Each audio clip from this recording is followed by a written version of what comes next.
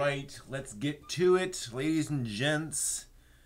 I believe tonight we'll be finishing up this Gundam Astray red frame over the course of the next, 4 hours. We have a long stream ahead of us. Let us get to it. We have been churning through this red frame, and there's that leg did not want to stick on. So there's the beautiful legs and torso of the perfect red frame, and I discovered, did I fix that yet? I did one of these back. Yeah, one of these is backwards, so you can see the fins here versus the fins here going in the wrong direction. So I gotta fix that. That'll probably be the first thing to do this evening. Then we'll get on to the rest of this. I believe I have all of my all of my various and sundry sheets here. There's G, H, come on, H. Oh, they're all getting caught up in each other. It's gonna be annoying. I. And there's J. Are there two I's? There are two I's. Of course there are two I's. Yeah, they're all caught up. Okay. I, J. And there's K and L. So we'll move those over here. And here we've got O. And then I'm assuming the next one is, yep, P all the way down to Z. There's V. All right, I think we're good to go on all our sheets. Am I zoomed in? I look like I might be a little zoomed in on the camera. Let's just see here. Yeah, a little bit. That's better. We'll adjust so you can see as much as possible. All right. Our beam sabers here, which we can move off to the side. All right, so like I said, let's look at the legs. Where were we with the legs? Legs. That's crotch. Legs, legs, legs. Where are those side fins? Where did they go on? Fairly early on. That's disheartening. Where are the side fins? I'm not seeing them anywhere. That's strange. There they are. Okay, so let's just check. Side fin should be going back. Okay, so this is the one that's wrong. So the question becomes, what do I need? Well, that pops right off. Probably because those are in backwards. Can I pop these off? These side bits, yes. Not sure if that actually helps, but we can. Oops. That should go like that. Oh, it just pops on the side there. Okay, so those are the sides of that. This is on here, so I need to pop this off. Whoa! Didn't mean to do that, but that's okay.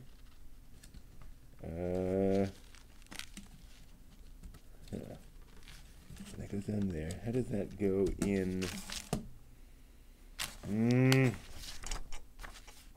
That is a side panel.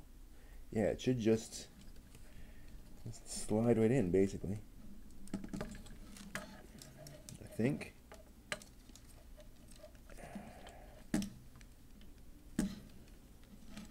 Well, maybe. All right, let's pop that out the front.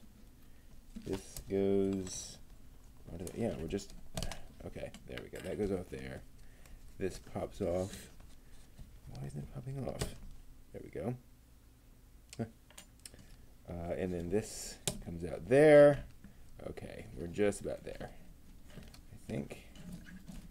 This comes off here. So we can slide this off. Like I said, it's the, whoa, okay, all right. Trying trying to get this off the other side, which it emphatically does not want to do. There we are. Whoa! It just pops right off. Fair enough. So, that goes there. Right, so we're just going to flip these around.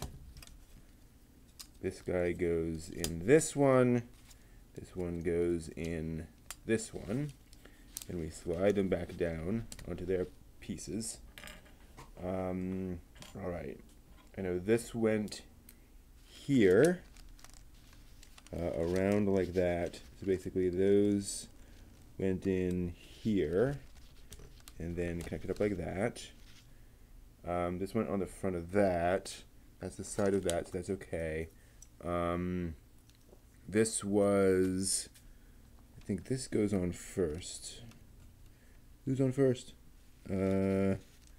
Here or here? Let's see. Maybe it's this way. Nope. I see these little divots in here, which I think... like that?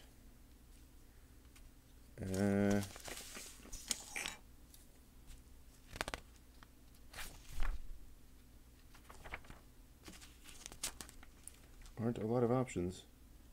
Yeah, it looks like that goes on there and that goes on there. So they're kind of in the back. Okay, so that's there. These go on up here. Not sure if they're supposed to go on first or not. Maybe? Yeah, looks like they should. So this goes on here, I think. Okay. And then this goes on. Yep, I have to go on over it. All right, we'll get there. It's like a puzzle. A puzzle that you solve. All right, that goes there. This goes here. We're almost there, I think. Then we have this, which I think goes on there. This was just on, okay, yeah, that just goes in the back of that. This piece went on somewhere.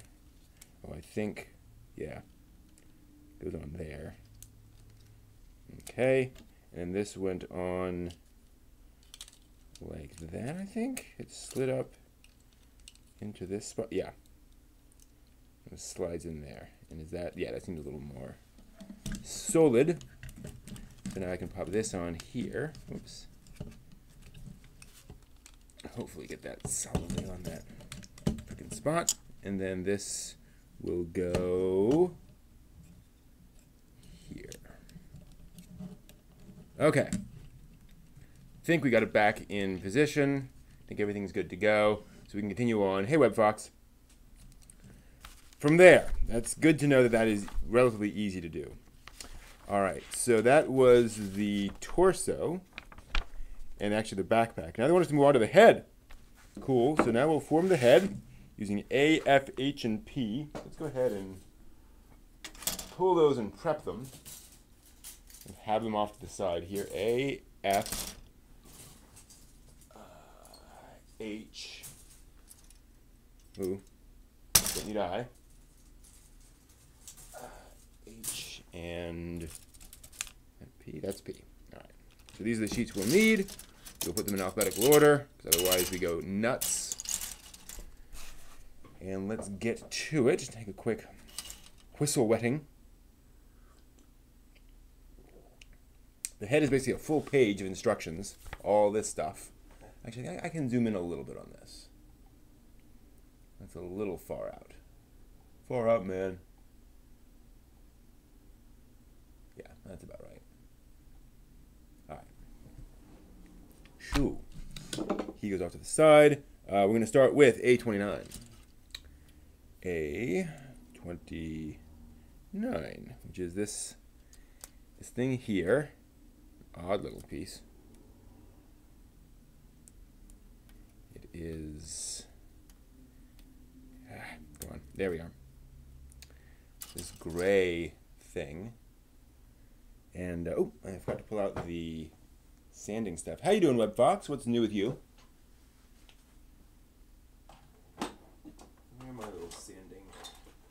There it is.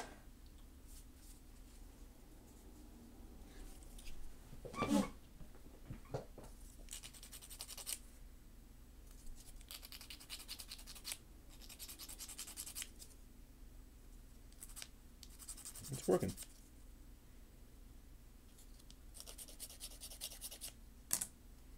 Okay, so we have that goes to F15. F15 is right here. It's going to need some work.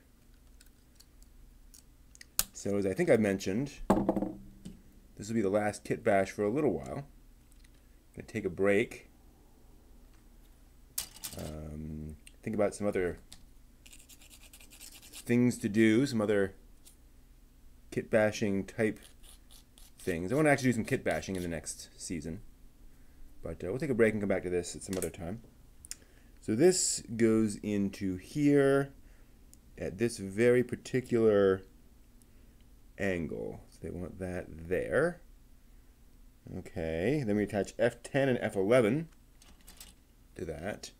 F10 and 11. Interesting pieces there.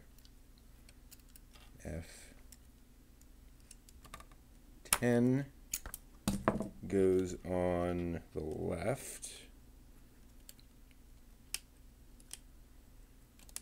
I've actually been watching D&D stream this weekend. The official makers of D&D have been streaming a whole bunch of D&D games to celebrate the announcement of the next book. So, been fun watching different players play D&D. Come on. There we go. Sand those down. Definitely need to be sanded down. Good. Yeah, it'll feel good to have all these model kits done.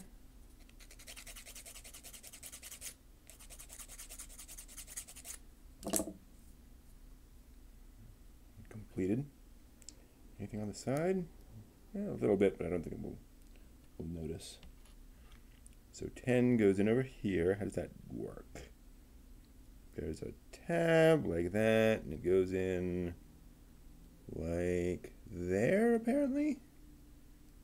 Okay. Oh, no. I have no idea what part of the Gundam this is supposed to be either. It doesn't... And that's not fitting in. Does it go underneath? No. Let's go up there.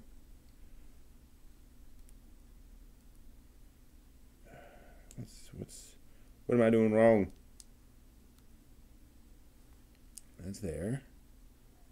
It's definitely oriented right. That's a little tab, which should go in. There's a little slot.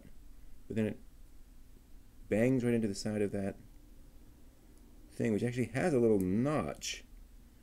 But it's way before we'd actually get... Right, let's try doing it this way. Alright, we'll try it that way. We have to kind of go around it. You must look over it. Right. Is that what we expect from the other? Yeah. Alright. No, that's not working. It's just falling right out. Alright. Am I orienting it right? Looks like it should be. So they want that there. They want that in there. It's down as far as it's going to go. Maybe I'm... Is something getting in the way? No. That's definitely the right... Okay, maybe... Okay. There we go. There we go. Okay, yeah, it just wasn't going down far enough. Always expect there's something else going on. Okay, we need A9. We're going to actually put on a sticker, it looks like. That's exciting. A9 is... Ooh. Going to have some translucent plastic. Made a petite guy. Excellent. Very cool. Hey, Rockman. I wish I knew what you were saying. Or writing there.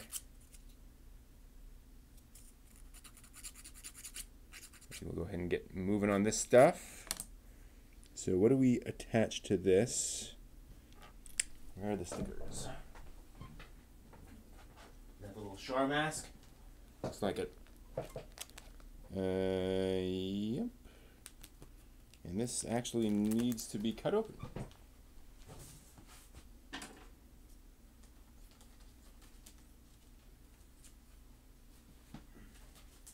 I love that basically, love how basically every model kit comes with a little char mask.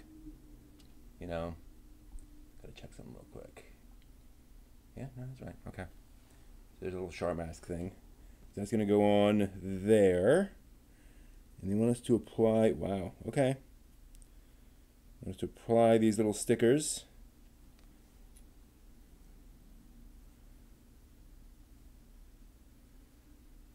To the bottom of this bit of plastic. I don't know that I can actually hold it and not have it stick. I'm sure there are tools and such, but that's going to have to do.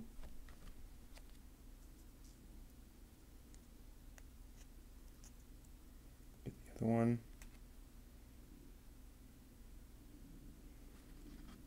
And this one will go on the other side.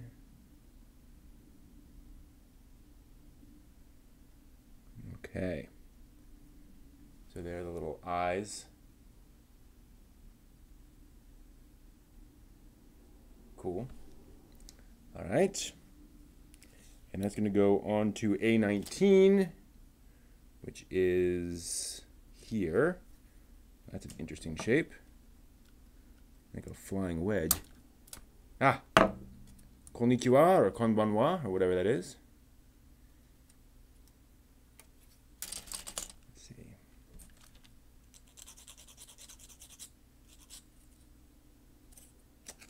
And there's this. And that's pretty good.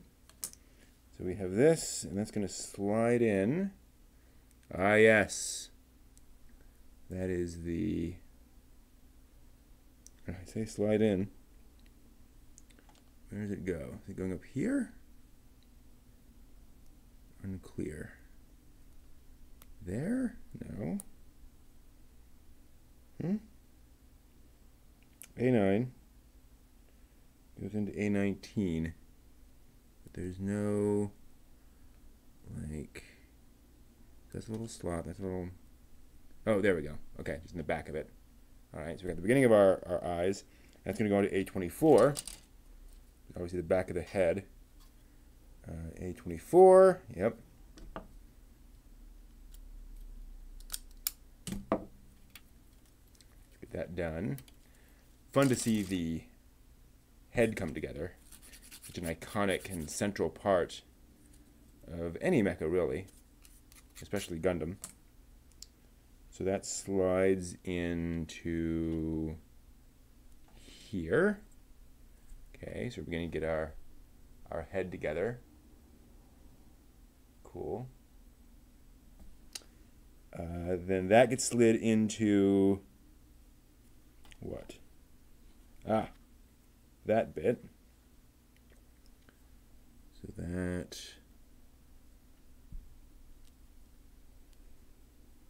Which part? That part? Must be this part. Okay. And then F14 goes on top of that. F14. Is that? That's F14. Thought so. Looked just right. I actually did a panel all about Gundam last weekend, explaining to folks why they might want to get into Gundam and what's interesting about it. Okay, so we now slide this on here. All right, starting to get a recognizable head shape there. Then we're going to assemble A20, A10, and P10. A20.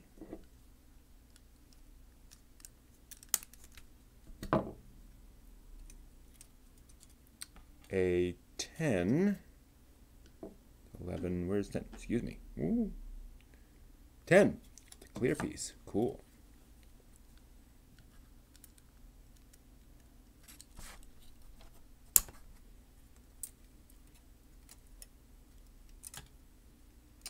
And then P10. P10. Not much on this, so it's pretty clear. Ooh, delicate though. Alright, I think I'll snap this off. Or cut it off, rather. And we'll get there. Oh, whoa, whoa, whoa, whoa. Okay. Alright. Broke off on the other side, but that's alright. And then we'll just work this around there. Okay, good. So we got that piece off without breaking anything. That could have gone way worse than it did. So I'm grateful. And yeah. There we go. So this guy gets this piece. Makes sense there. That's in there. And then this gets put down, I guess, like this. Okay. Oh, whoa, whoa, whoa, whoa. Come back out of there. Yeah, there's some plastic gut. Didn't get that faded off there. Shaved off. Good. Okay. Much nicer. Okay. So we have this. That's the top. So that's going to go on here.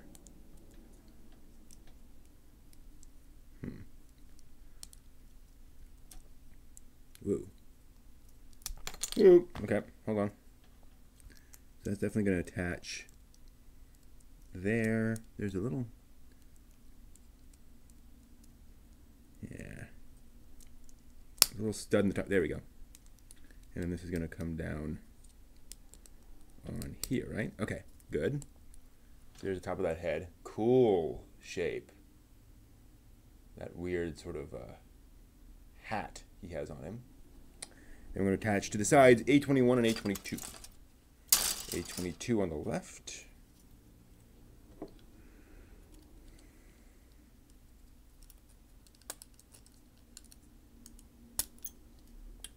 There's A22. Pretty obvious which way, though. I mean, not going to get these two mixed up in terms of pieces. Hey, Daniel. Good to see you. Pretty chill stream here so far, because we're just coming down to the end of these model kits. I'm not quite sure what to do with Season 2, because like I said, I want to do some more model kits, probably some real grades, do some kit bashing, but I don't necessarily want to show you every single second of assembling the model kits. And that just doesn't seem all that remarkable. It'd be nice to figure out something a little different to do. So if you guys have any suggestions on how I could change things up a little bit, I would appreciate that. This is going to go right here. Yeah, there's a little thing there, a little thing there. The sides here. Okay, so there's that head coming together nicely. Giant head, my gosh. Not used to the size of these perfects. A33 and A32. Yep, sure enough. And these might get confusing. So A32 goes on the right. There we go, on the right. A31, 33 rather, goes on the other side. What have you guys been up to this weekend, if anything? What's new with you all? Like I said, I've been watching D&D, watching old Riff Tracks episodes of cheesy horror movies. Just generally hanging out and then doing some chores around the house, you know, laundry, all that incredibly not fun stuff. It still has to get done. All right, so we have these sort of turbines on either side. That looks cool. Oops. Just added these like turbine pieces, which it doesn't want to focus on, but you get the idea. There we go. Then we're going to the back of the head. So we need F9 and then some metal pieces. F9.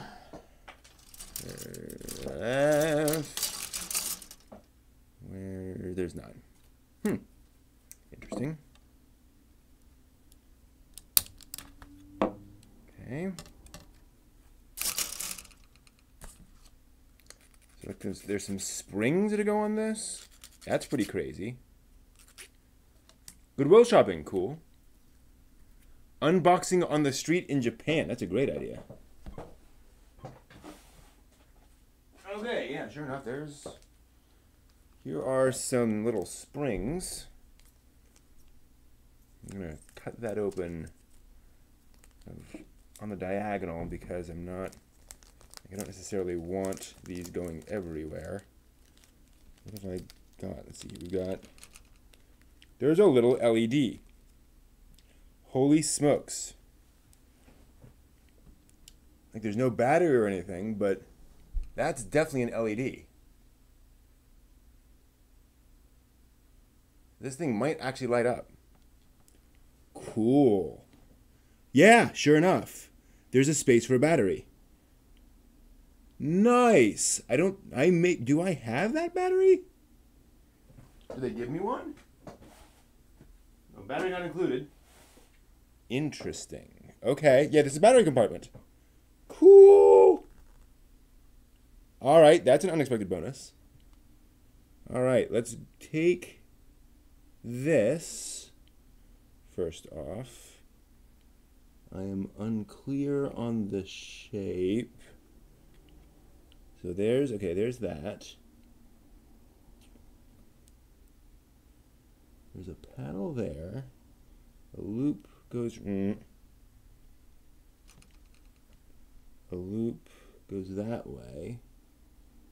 Okay, so I think that goes here. Okay. And this okay, thank you.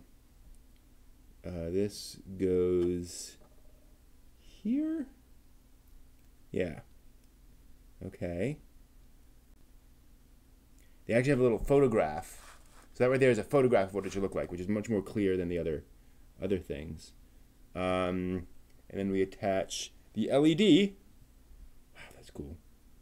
That's going to go in right here. And it's going to fit in, should fit in basically right there. Okay, right there. Yeah, so that's a couple of connections. Interesting. Wow. Okay. When we attach F12, I think it's going to be like a clip to hold this all together. That's really cool.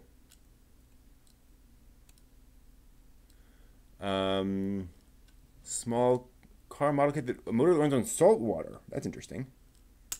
How does that happen? How does that work? The Supervision Army never got to appear in Macross, the movie they turned into the Women's Army. I do not recall that, Daniel. I gotta admit, I'm blanking on that. What was the context of that in Macross? Alright, so there's that. There's a little bar. There we go. There's the orientation. And then this is going to come down a little unclear. I guess it goes here. It's a little switch. Okay. And then that's going to go, okay, it's going to go on that side of that. Okay, so it's a little switch. We're actually assembling a switch. That's awesome. Okay. So are we a little unclear? First off, that needs to be sanded down a bit. This might be something where, you know, you kind of have to hold it one way or the other. Like you basically hold the switch to one side. I don't know that it's going to stay on. I'm not clear on that. And then there's another piece that goes on top, F8. Go ahead and close that. Macross per se was a ship that the Supervision Army put on Earth as a booby trap, and without they ever appearing. Oh, gotcha.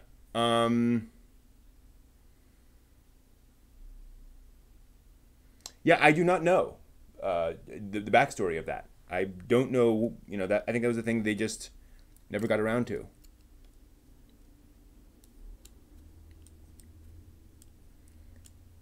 No, I think it's more or less a plot hole. F8. It's interesting. There's a piece here with some Japanese writing on it. Odd. Okay, so there's F8, which is going to close down and basically house all of this plastic stuff. Make sure we have it oriented right.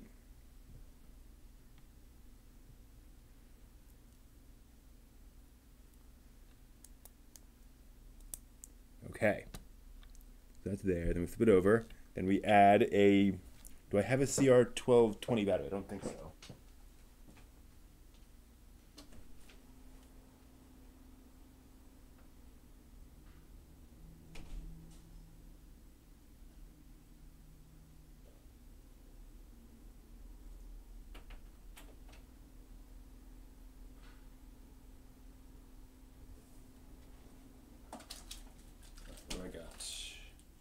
It is a 1220.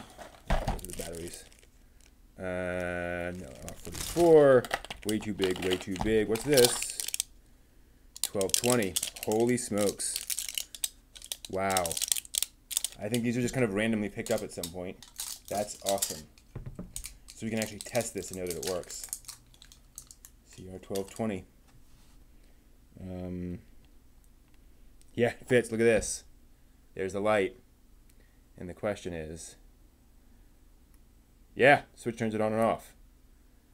Barely. Yeah, needs to be held down. Okay, cool. Let me, then we put on F7. That's really exciting. There was something else in here. I'm going to leave this out. This goes in the trash. This goes in the trash. That goes in the trash. These things go back in the bag. Or in the tub, rather. What was the other? There's another little thing. No, it was the LED. Okay, I think that's all the stuff in there. Cool, cool, cool, cool, cool. All right. So now we need what? F7, which is a little, yeah, that's the little thing with the writing on it, which is probably some warning that, you know, we have electricity running through this thing. You know, absolutely minimal amounts of electricity, like ridiculous stuff. Yeah, 50 cents, that's cool. For a saltwater powered car. I'll have to check that out. See what the principles are. Okay, so this goes on the side here, they're saying. Okay. So some little hatch, basically.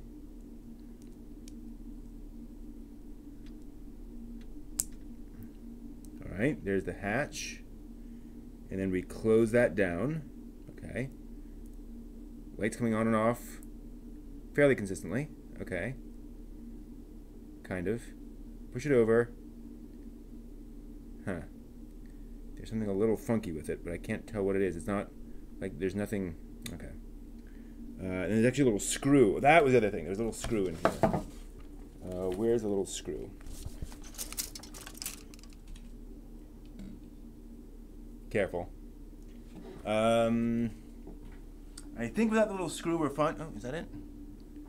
That's it. So I need a little tiny little screwdriver. Unless they gave me one, which they did not. So 1 second.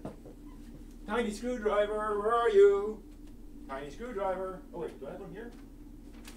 No. Tiny screwdriver. Tiny screwdriver.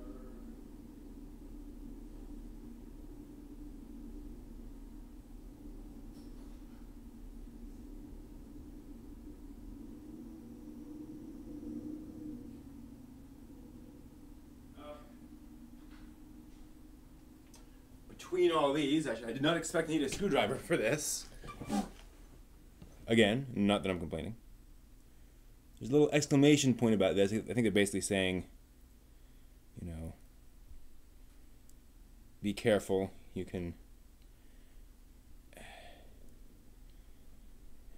Screwdrivers are dangerous things. That's fine. On, off. That's on, that's off. That's on, that's off. Okay, cool. That is sufficient testing for me. Yay! And then that, I'm assuming, nope, we have a few more things to assemble. Sure, what is this? So the first thing is that A11 goes on. Motor has batteries and the salt water works as a way for the current to pass. Gotcha. Interesting. A11 here. A back plate. I'd love to know the process behind doing these multi-plastic sheets. Because obviously you're going to fill them in with one plastic and then fill it in with other colors of plastic. It'll be an interesting process.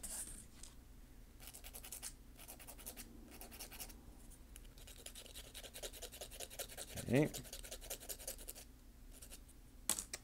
So what do we got here? We've got this comes on here. Kind of confuses me as to why you do that, but oh, it goes way in the bottom. Okay. That slides in kind of like that. Yep, all right. And then A8 and A7 go on there, and they're kind of on the side. So yeah, these are going to be confusing. Easy to get wrong, so I'm going to do them one at a time. So there's A8, which goes on over there. So then we shave that down. Wow, yeah, definitely shave that down. Giant piece there.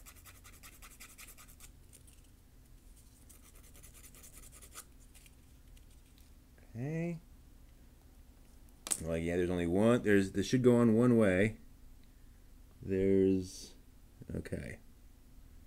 Yeah, there's a little indication. A8. So that's going to go on like that. Cool, cool. This one goes over here. I'll be very curious to see.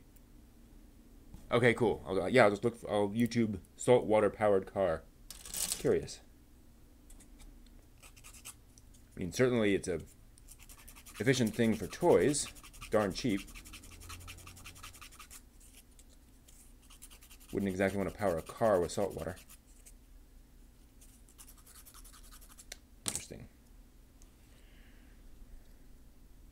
As usual, Japan has all sorts of amazing stuff that we don't. Okay, so those are those little cool green things on the side. Whoa. Sorry, going backwards there on the camera. That's neat. And then the back of that. And then this is going to slide in with the switch to the back and that there. And yeah, they have a little registration hole. So that goes in like that. And then H22 goes over there, and there's a little asterisk. H22. I'm assuming that basically says you can pop this off and thus pop out the battery pack. It's really cool. Looking forward to checking that out. This is definitely a model kit I will take with me to conventions so folks can see.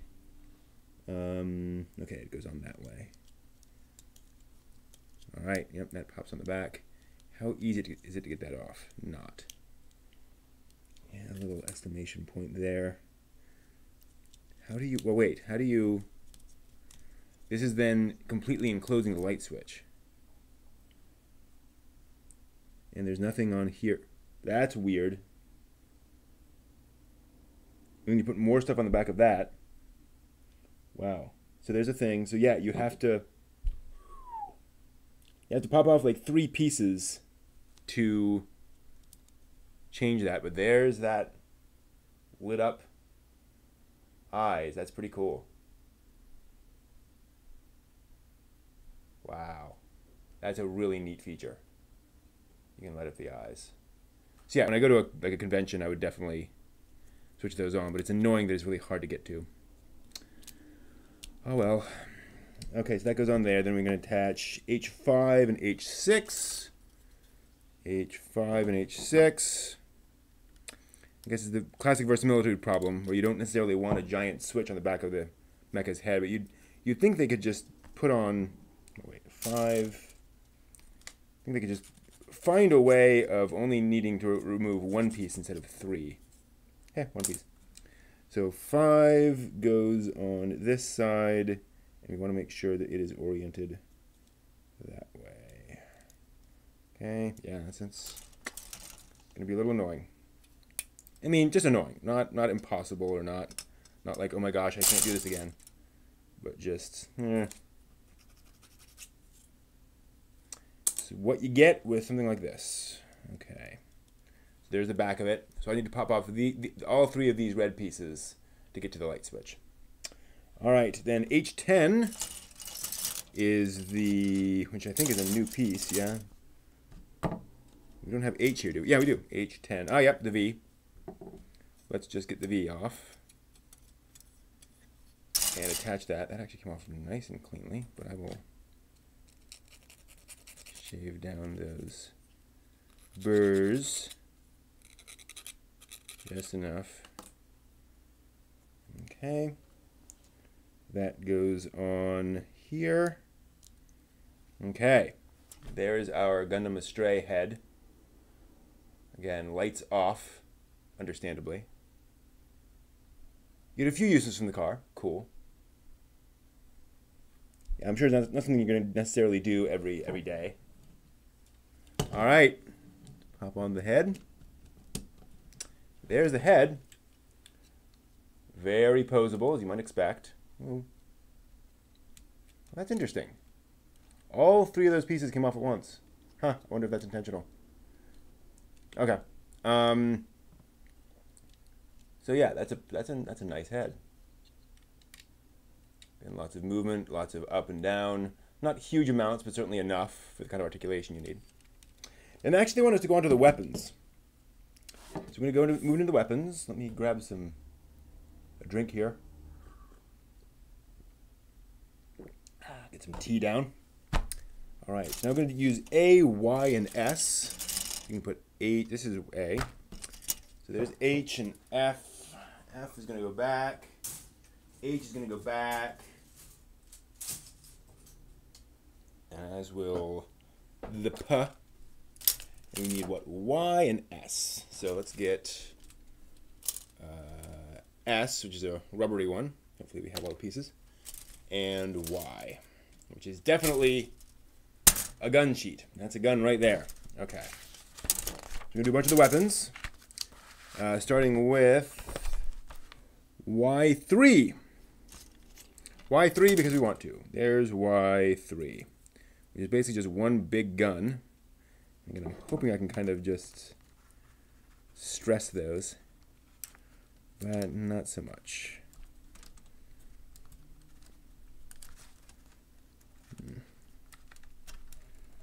Okay, note to self. Get new razor blade. You know what I'm going to do?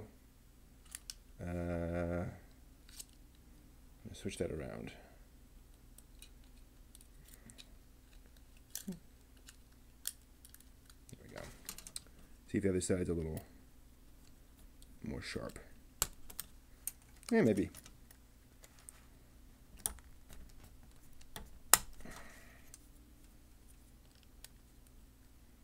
There we are. And pull that off of there. So there's one half of the gun.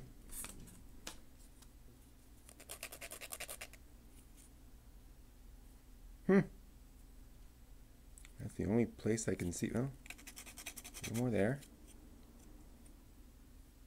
Cool. In the middle goes Y2, which is a trigger, some kind. Y2. Oh, these are on really tight. A lot of plastic between these and the rest of it. I might actually want to go grab the, yeah, even those pliers.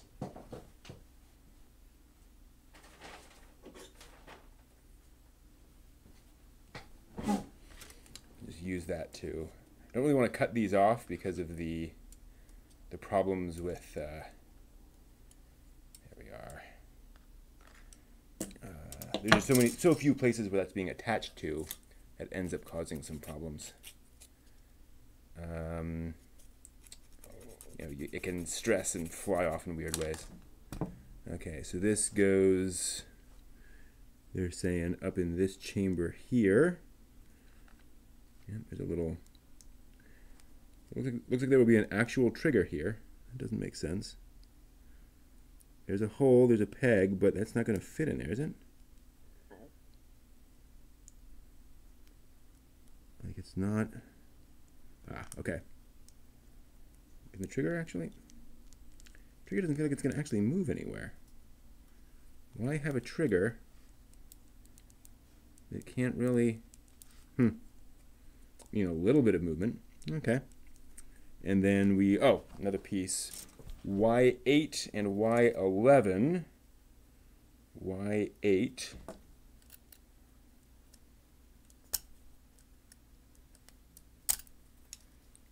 And Y11, which looks like the, two halves of the same sort of thing.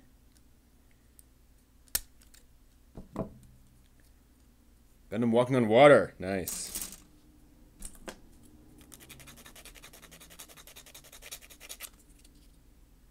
And that gets shaved off. That gets shaved off. Same thing here. A lot of plastic on that. Okay, those get connected together pretty obviously. And then S18. It's a little plug of some kind. Yeah, S18. Okay, it's going to go like this. Not quite sure what we're getting at here. That's going to go in here. No, in here. With that, yeah, okay. Fair enough. And then we attach the other half of the gun to it. Interesting. So maybe I can just stress some of these. Get it started. Cut this off. Cut this off. Oop, that came right off. Good. Cut this off. Okay.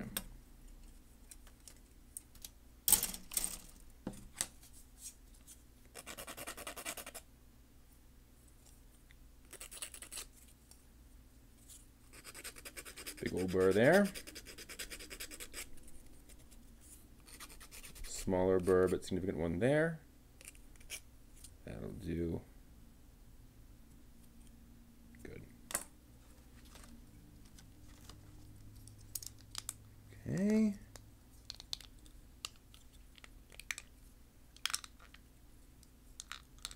Connect all this together. Hopefully. Oh. What's going on down there?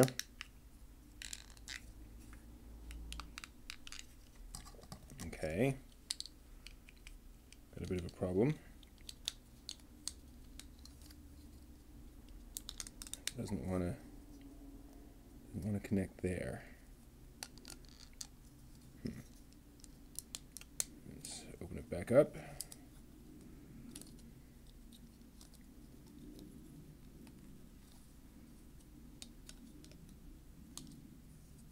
Come on. I want to get you right. I want to do right by you. And to do that, I need to pop you back open. There we go. Okay. So this needs to go like this. This needs to go like this. And they need to connect, but they're not. That goes there. Oh, there's a little, a bit of rubber. There's a tag on there, it needs to come off. Thought it was part of the original rubber. I thought it was there to keep things in line, but it's not. And it was getting in the way. Okay. So now I think if I put this in here, and this on it the correct way. Wait, yeah, that's right. That's there. And this here. Yeah, okay. There we go. Worth it. Okay, there we are. There's our attached gun. And now we're going to throw a bunch of other stuff on it. Y14. There's Y14. Hey, Master Chief. Good to see you. Oh, geez, come on. Why is that suddenly holding on like it's glued? Hey.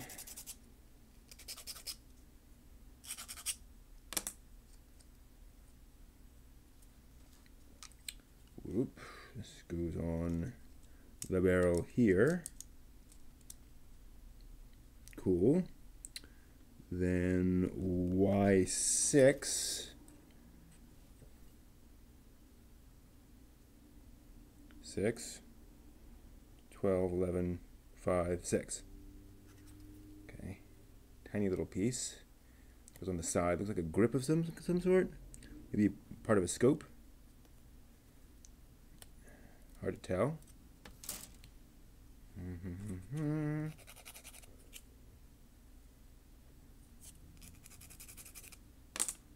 It gets clipped on here.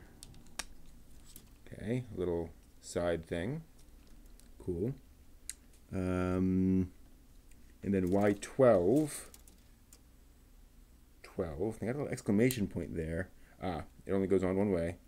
They have little registration holes for it. And it looks like it doesn't, but it does. Oh well. These are always really hard to hold on to while you're sanding them.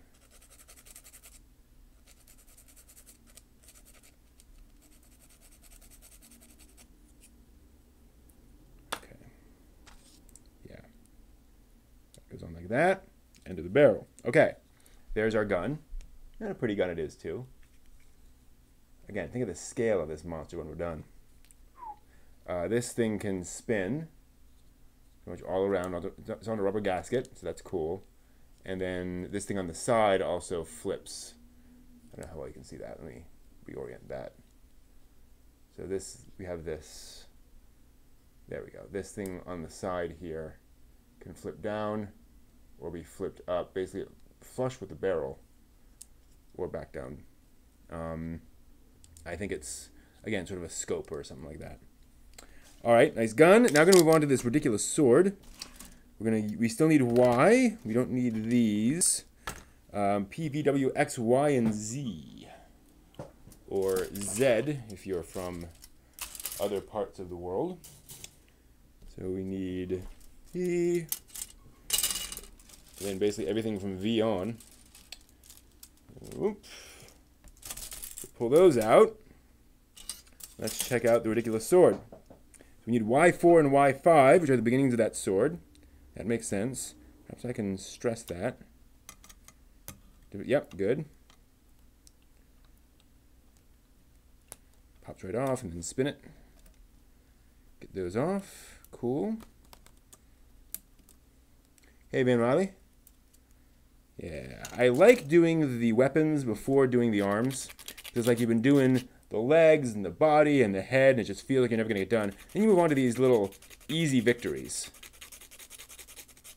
where you just finish one thing after another. It's a smart way of doing it.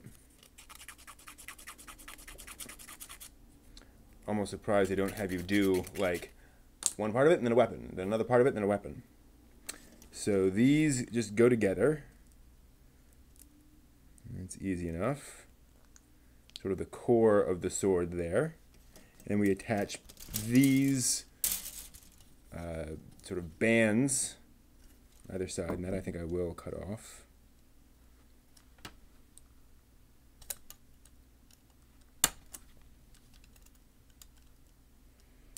And I'll do these one by one because it's a little... Oh no, okay, it's clear which one's which. One has a lot of sort of wraparound plastic, the other does not. Yeah, okay. So this, oh, okay, we got other connectors. Didn't notice those. Okay, and then there's one down there, and so hopefully I can just kind of spin it around like this.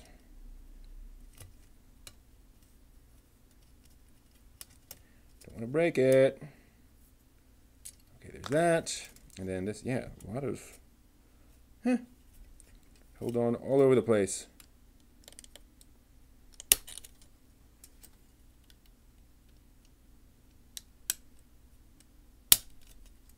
Okay. Oh, that popped off there. Good. Okay, definitely need to shave this. It's going to look weird for it to have a blade with a bunch of little tags off of it. Okay, that looks good. And definitely get shaved down. That. And that. Okay. So we take this. We put this on this side.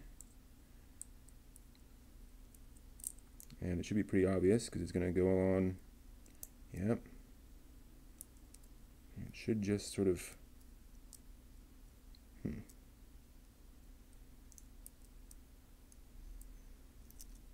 Helps if you hold it the right way. There's those. And then this is going to go on like this. Okay. So there's the hilt, I'm assuming. Yep. Then we attach V1 to V2. Why? I didn't need you. Why do I need you? No. Why is U in here? That's odd. U, Y, P, P, Y, V, V. Ooh, gold. Cool. So we have V1. Wow. I'm going to show you these guys this in a second. That's V1 and V2. This is fancy. Hey, Yujiro. Welcome, welcome. So this is going to be the back of the sword, and it even has this... It's like a Gundam head shape in the hilt of the sword. It's almost unreadable. See if we can pull it out and then pull it back in. If we can find it. Yeah, it's having a tough time with that. But you get the idea. It's really, really detailed. There it is. Face. Sorry, my hands are all jiggly. That's amazing. Okay, let's put this together. That's really cool. Wow. Okay. I'm getting downright excited at the quality and coolness of this kit. Okay, so this goes in here with this oriented that way. This is that. This is like that. Yep, that makes sense. And then that gets slid in like that. Okay, so there's the back hilt of the sword. And now we're going to connect V4, which is this ridiculous hilt, or blade guard, rather. I guess it is the hilt of the sword, part of the hilt. This is the handle, this is the hilt.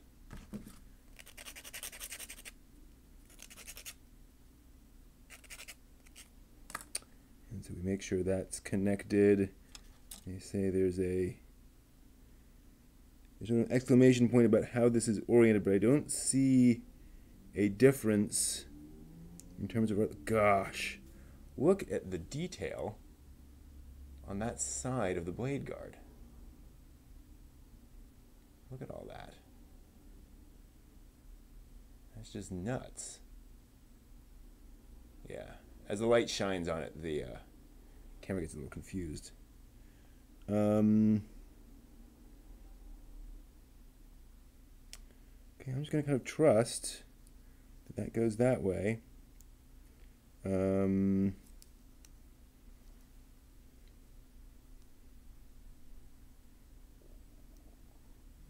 just saying there should be a...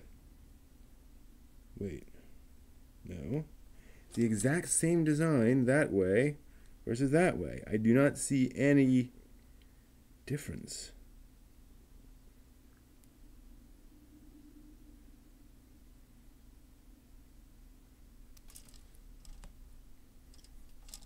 Okay, well, we'll attach it and see what happens. And then V3, that's V3, which is just a little connector. Yeah, it's so shiny. Ridiculously shiny. Yeah, that's fine. So V3 goes in on here as a, yeah, it's like a connector. And then we've got W1. Where's W? X, Z, V, P. Oh, let me guess. SB11. Where's W? And this is a ridiculously long blade here, but that's X. It's X, Z, Y,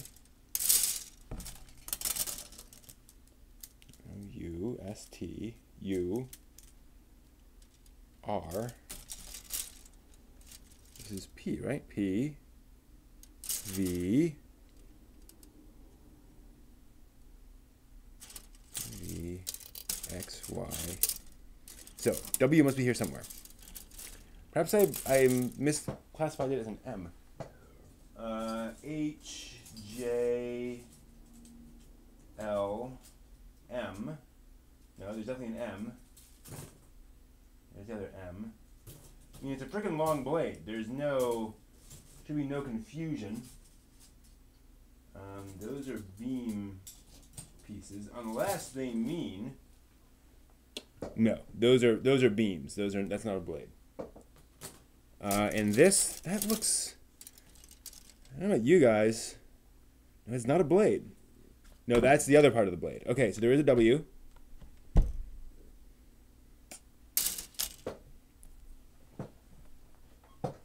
A, B, C, E,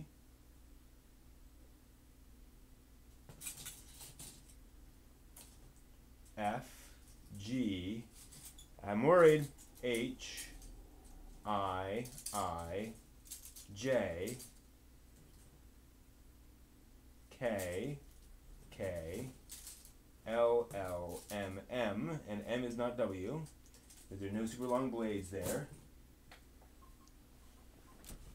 U, O, R, S, S, T, U, another U,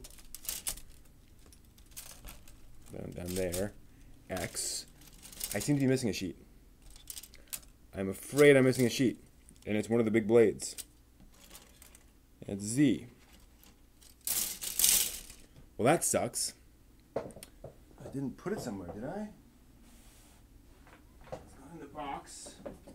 Didn't get slid in there, no. Huh. Well, that's strange.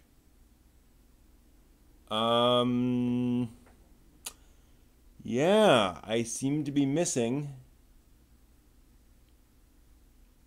the blade. And then the rest of the thing here would be the sheath, which I can't really put on when there's no blade. I guess I could. Yeah, I don't have W. Gosh, I'm having the worst luck with these model kits, honestly.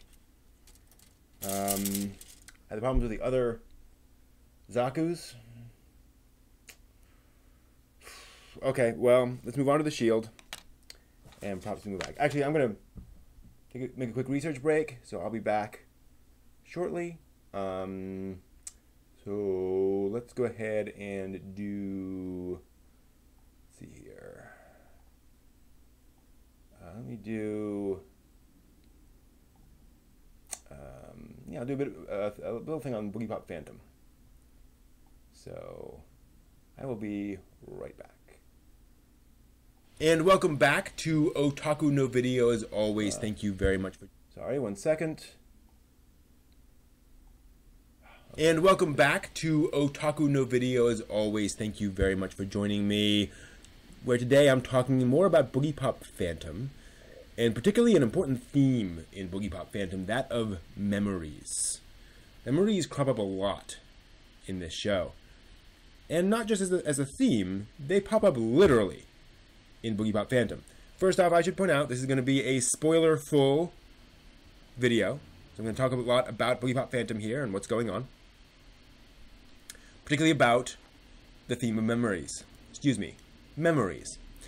We're talking about memories. Where in the show, you will actually see memories represented visibly in the form of those little fireflies that float and flicker across the screen. That's right, those are memories. When folks approach them and touch them, they see an actual memory. And this turns out to be an important thing all throughout the show. Remember, Boogie Pop Phantom is about various characters and the abilities they've gained, the supernatural powers they have. Some of them can read people's minds. Some of them have telekinetic abilities. And the question becomes what they do with those abilities. And it turns out much of what they do with those abilities are based on their past and their memories.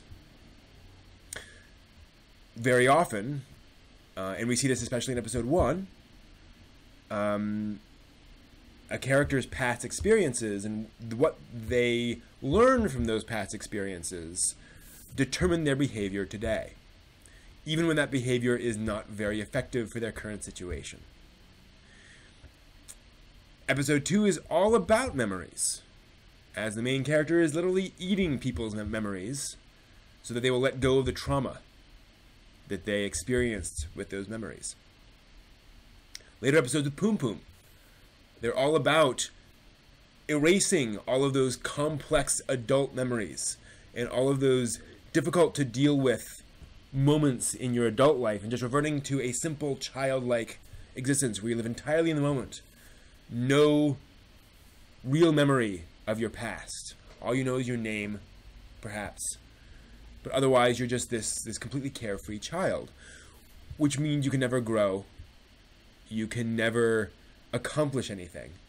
You're just stuck as a child. And yes, it's freeing, and yes, it's fun, but you let go of everything else you could possibly be. And that's one of the important things about memory in Boogie Pop Phantom, is that its point is that memories are often painful, but also memories teach us. Memories help us become better people.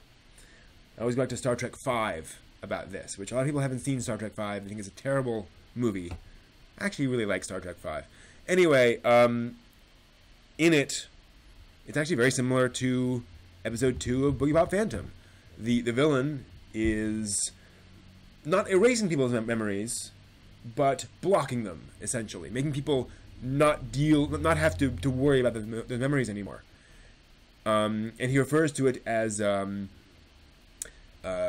healing their pain or erasing their pain. And Kirk replies, "I don't want to lose my pain, I need my pain. You know, my pain is what defines me. It's one of the things that helps me learn to do better next time. Or if not better, how to do it differently. How I should behave. Painful things are very important and helpful things." So you see that over and over in Boogie Pop Phantom. People have these painful experiences and often learn the wrong lesson from them. This is doubly important in a show like Boogie Pop Phantom, which is clearly aimed at a teenage audience. People who are still forming their views of the world. One could say Boogie Pop Phantom is all about revealing various viewpoints on the world, various ways that people approach living, and judging them. Okay, let's get back to the thing. Unfortunate about the sword, but we'll just have to move on. All right, we're going to need a bunch more sheets here, so let's go ahead and move some of these things back. Don't need these. We will need some of the upper ones. So we will need, that's P. Do we need P? We need P. We need, always sounds weird. S. Grab an S. Looks like the rest are going to be from higher up. So we need A again. Back to A. E, F, H. E. Well, yeah, there's the shield right there. F. H. I think there's one H, looks like. J. I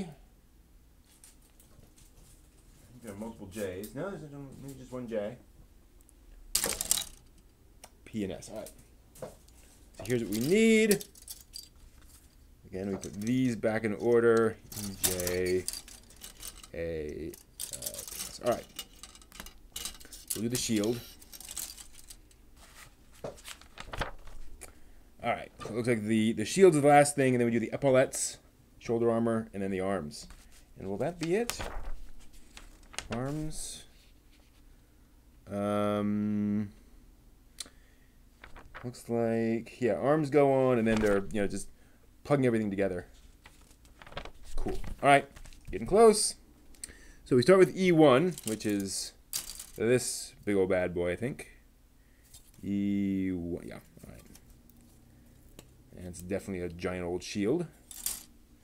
Take off half the sheet all at once. I fear I may have tossed out a plastic sheet that actually had the blade on it, because I thought it was empty, but it wasn't. That concerns me. Certainly possible. All right, so on top of this goes A1, which is a green plastic shield. A green plastic piece, rather. And there we go. Richard Band had some arcade mecha games. Yeah. I mean, I'm sure they're out there. But I think they're actually like literally arcade games. Like literally arcade cabinets they have. More than like console games. Kind of odd, but true. Okay, so this is going to go here. Looks like. Right, and then S13, little rubbery bit goes down there. S13, kind of hard to read these. 13, popped off nicely. 13 goes in, just pops in like that. I'm assuming something will keep that on, because it's going to fall right out. Okay. Then J15, there's J, combining with an F31 on the other side. J15, right there.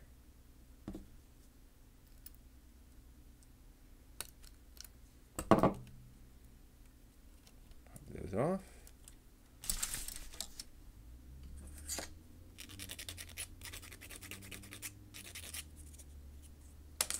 Combines with, what do we say? F31. J, where's F? Where'd F go? F? No, I didn't pull an F. Didn't realize we needed an F. That was one I missed. F31. Right there.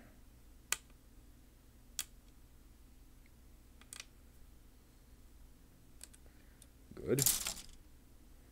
That came off very well. Okay.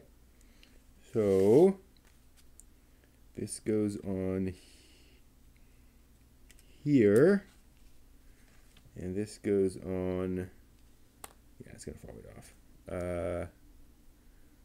Like this. Yeah.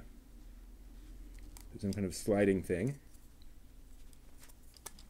Put that through. Okay. Then F28 goes in between them. F28, 26, 27, 28.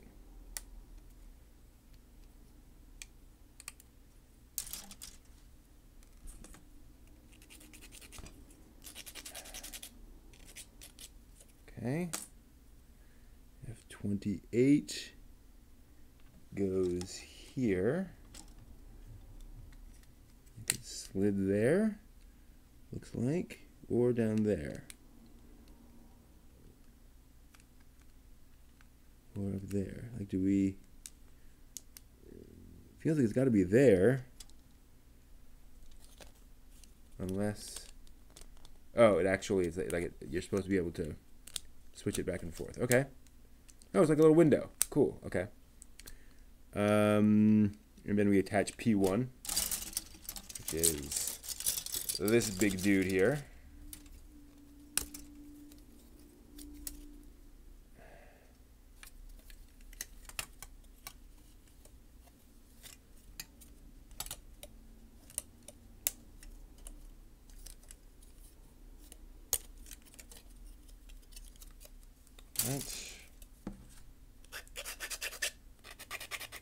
That'll go on there. That's going to make a statement. Definitely. This is a big old thing. Is that it? Yep.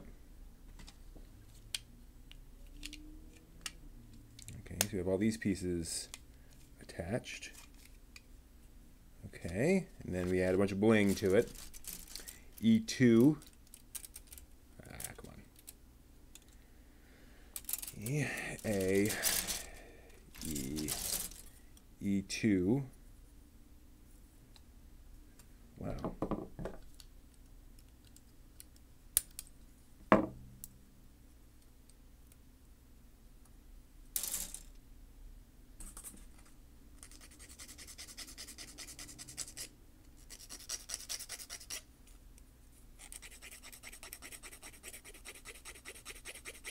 And there we are.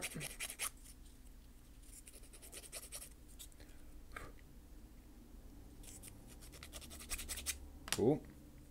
So this goes here.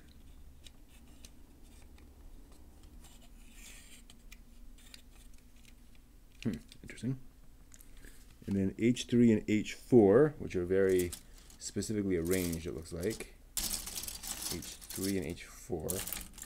Yeah, H3.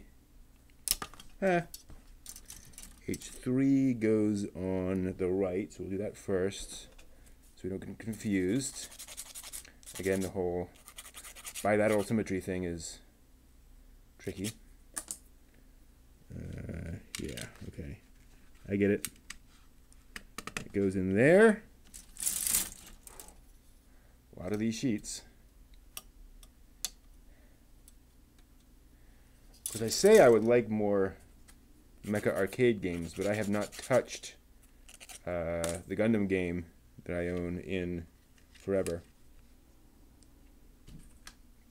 Not when there's so many other games to play. Like, running around and shooting things randomly is fun, but not all that crazy exciting compared to some other, like, more deep experiences. I guess the problem with Gundam arcade games is it's like, okay, yeah, you're running around blasting stuff, but Gundam's never really been about running around blasting stuff. It's always about the human stories. For me, like, that's why I love it, is because it's actually about things, and it's about philosophy and all that stuff, and so as an arcade game, it just doesn't really scratch my particular itch. Okay, and that's going to go like that. Cool. Love the color scheme here. Yeah, it's a color scheme here. Sorry. And then H7 goes on the other side. There's H7. Thought I was blacked out there for a second. No blacking out. None of that. Okay, we get this down, shaved down. That's there. This goes in the other side. It's just gonna go here and yeah, just make the other side of that. Okay, then we go around this side. We attach J18 and J16, which look like they're pieces used to kind of hold it in place. J18 and J16. Where's 16? There it is.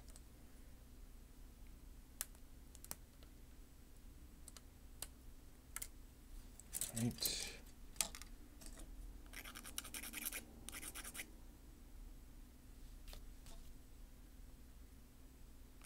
Nice, very clean. All right, so this connects here. That makes sense. Very clear connection there. And this connects here. Is there any? I think that is bilaterally symmetrical. That just connects up like that. All right. And then we have some other pieces that connect up to this. So we connect F26. There's F. There's F to J23. Let's pull off J23 while we're here. J23. And we'll also need a J17, which is right there. We can pop that off. Hey, Marion. I'm doing well, thanks. How are you doing? Kind of getting back on my feet sort of mentally after leaving the job earlier this week. Just kind of a odd space to be in personally, but getting back on I don't want to say back on my feet, like I've been okay, but just kind of orienting myself to the job search and all that good stuff. You know, getting back to living off of savings for a little while. F27. But I feel like this weekend I've kind of hit my stride, so to speak. And I'm back on the regular pattern as much as I ever am. I'm trying to be more consistent with this schedule for these streams and everything else. All right. So this gets this. No. This gets this. Which way? Shouldn't matter. And then this goes here. And then that gets attached to this.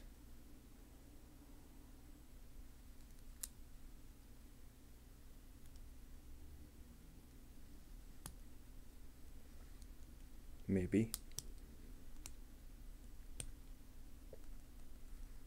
Try the other way. Nope. I'm going to go one way. Why is that? Oh. Going the wrong way around. It goes like this. Like this. There we go. Okay, so there's that piece. And then this goes like this and plugs in here. Okay. So that will be held on as a shield somehow. So we have this sort of connector here and the handle here, which you can slide anywhere you want. And you can even, you see the little window there, apparently you can block that, open it. That's awesome. Okay. All good, glad to hear it. Yep, change can be a pain, but change can also be awesome. Everything all at once.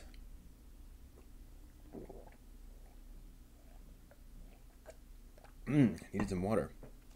All right, let's start on the arms. Arm unit assemble. Love that on the side. So we're gonna go down and do one whole arm, the other whole arm. Wow, looks like we do indeed have fully articulating fingers on this one. All right, we're gonna need basically everything. So I'm gonna shuffle everything back in position instead of trying to keep these. You know, trying to keep a supply. I don't think it's going to work. I think we're going to need to just grab our sheets one by one as we're going. E will go on the bottom of this pile, I think. There's E, there's P. Is P done? P's empty, I think. A. S. P is empty, ladies and gentlemen. Thank you. One last thing. Is there a thing here that says when you're done with a sheet? Nope. Okay. Alrighty. So we will need, wow, stuff from all over the place here. Starting with K. I don't think we've had a lot of Ks so far. So we'll go with a K12 and a K11. K12. K12 and K11. Ow. Came off cleanly. So there's 12, which goes on this side. And then we get 11 on the other.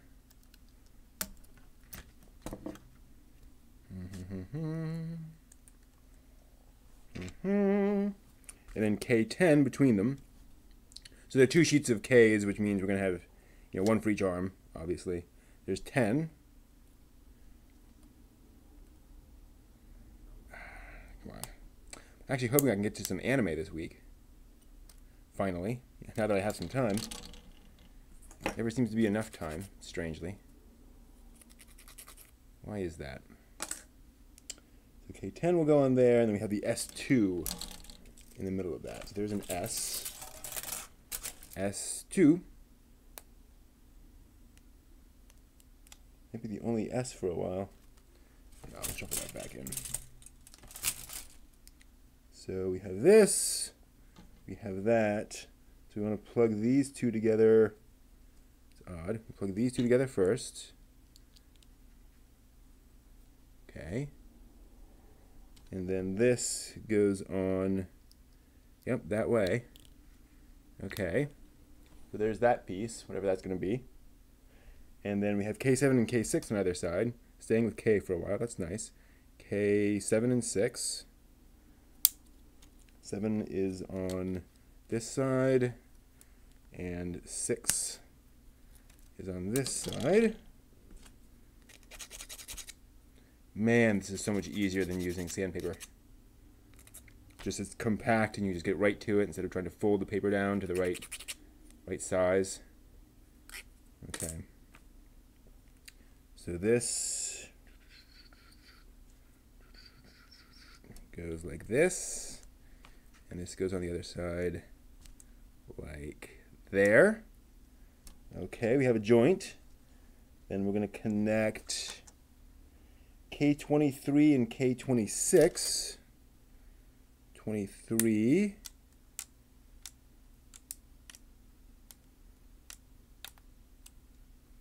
And 26. Come on. Come on. There we are.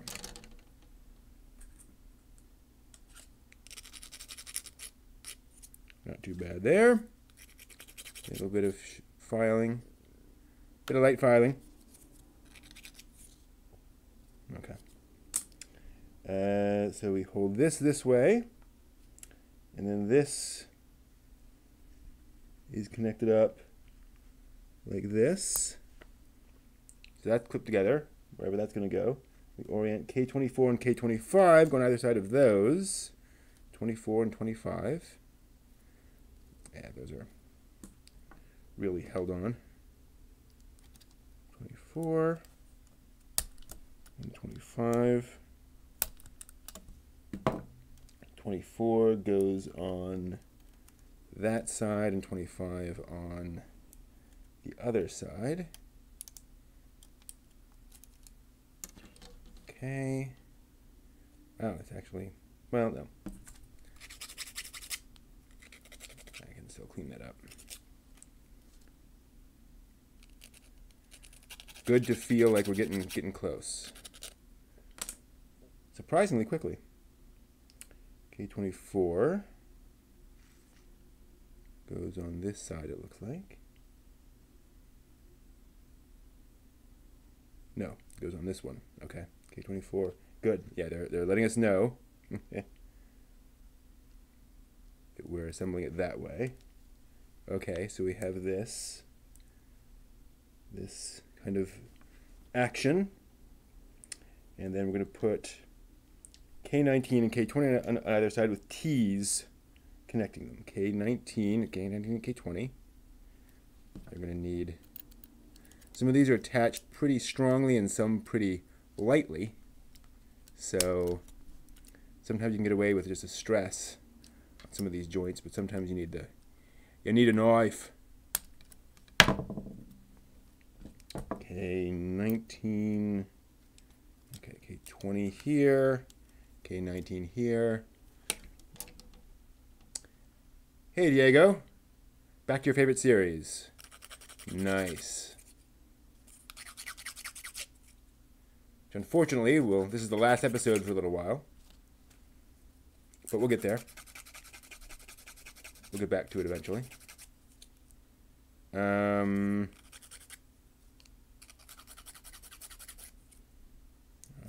and then T3 and T15.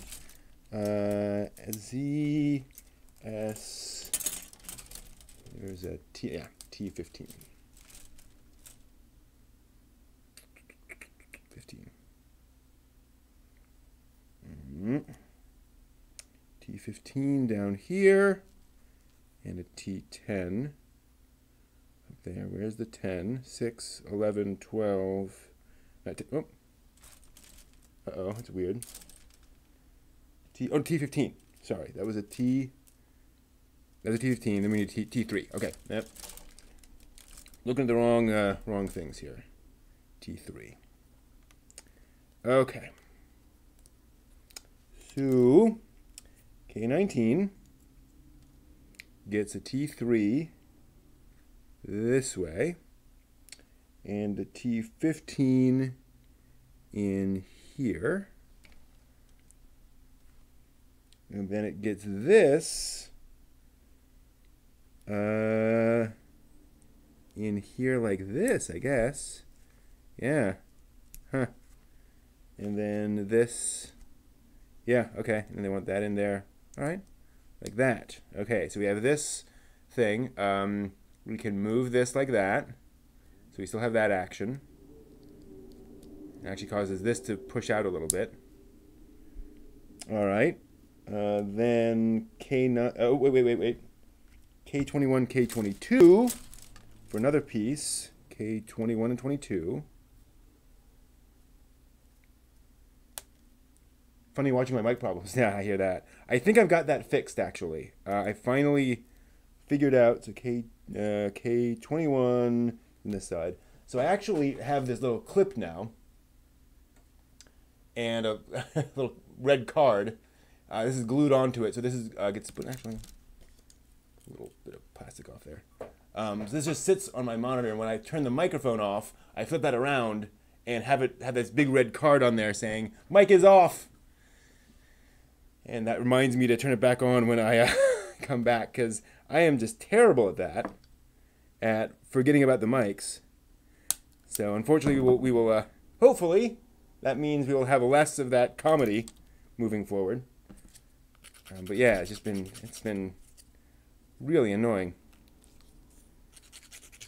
It's just my own forgetfulness, you know. It's an important thing, which I should be aware of. Thanks, Marion. Nice having a printer where you can just, I just measured the width of the monitor and just made a clip that big. T14 will be the connector for those. That's just going to keep on sliding, isn't it? I'm going to put it to the side. T14, and there's a little line where it goes in. But yeah, I wouldn't have a problem with a lot of other kinds of mistakes, but because that does kind of make it hard for people to actually tell what's going on, it's like I don't really want those kinds of problems. It's that's not just, oh, the microphone levels are low, or oh, it's a little hard to understand. It's like that's like we have to redo everything if that is wrong. So K9 and K. Nope. Whoa. K. Yeah, K9 and K8. K9. What is it, master? What do you require? It's a concept that you never really brought back into Doctor Who proper, understandably. There were some cameos, but K9 is definitely not the kind of thing that really flies in modern Doctor Who, sadly. Okay, so how does all of this work in? Alright, so there's a rod thing. Okay, so it goes down here. Gotcha. And then this is going to go in like this, and that will go in on the other side. So we just match them up. Okay, so we're getting some part of the arm going here. So I'll have the other piece that we haven't connected yet. Then to this, where are we? Like, we're still there. G24 and G25, move over to G. What? 24 and 25. Yeah, these are connected a little more lightly. So I think, yeah.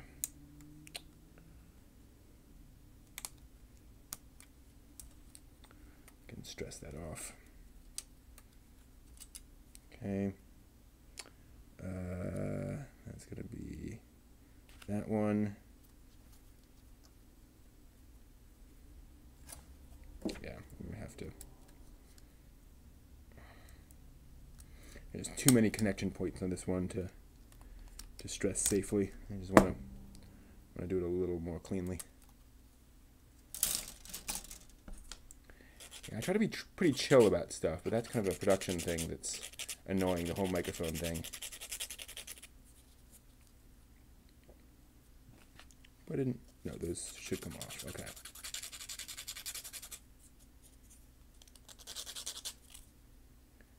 Oops.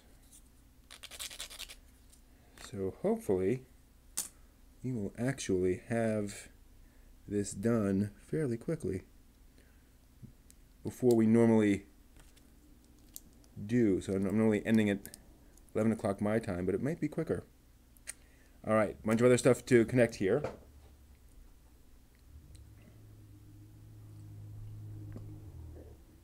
K18, back to K, and S4, K18. Wow, a lot of connection points there.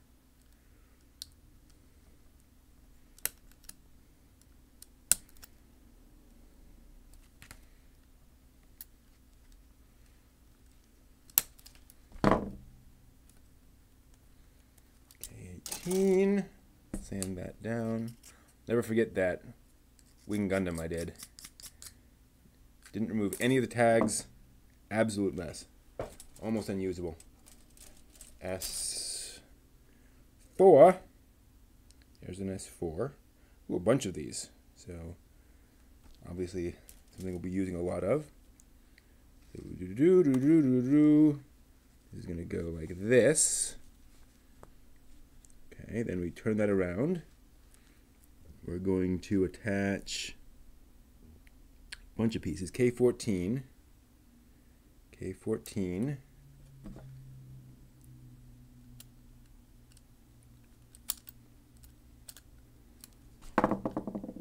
One end. And then it'll be K13 on the other, so I might as well pop that off while I'm here. That's all the K's in this, in this particular one. Try not to get too ahead of myself. I do. Because then you can very easily get, ahead of yourself and get confused about what piece is what. Okay. Then we need T2 and T16. There's T2. Let's go on the bottom here. T16. Good Star Wars reference there. And 06. Haven't looked at O in a while. I think O is the silvery one. Is O the silvery one? Yeah. We're getting close on the end of O. This might be the... Yeah, we're nearing the end of O. 06.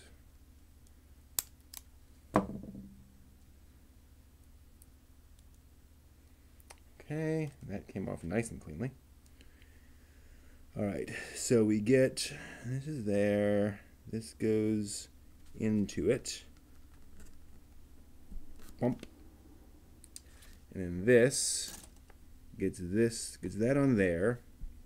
It gets this down here. It gets this here. And this here. Looks like. Yep. Oops. Uh-oh. Uh-oh.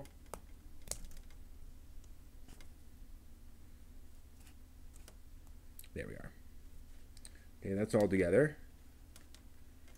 And then we're going to attach K15 to this chromey piece. K15, which popped off. Clean. So that goes like this. And we want to apparently slide it down on there so it's sort of clipped in. How do we do that? Why is that not? There we go. Okay. So there's a little bit of that chrome action there. So basically as you move this, you can see a little bit of those chrome rods come out. Cool.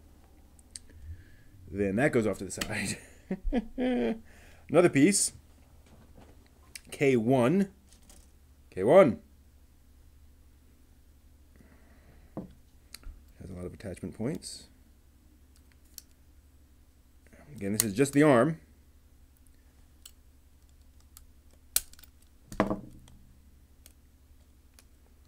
Just part of the arm.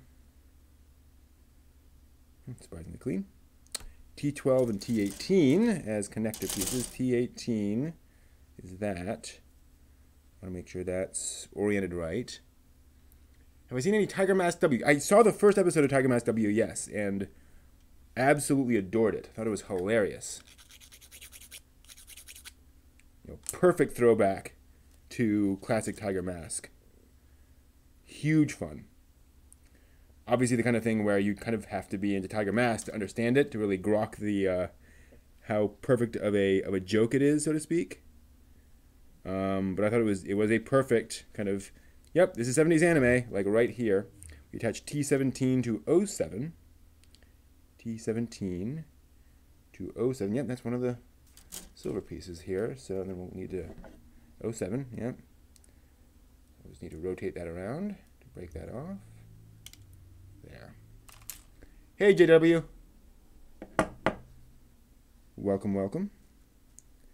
All right, so we have that in there. We want to make sure that's oriented correctly. So has these little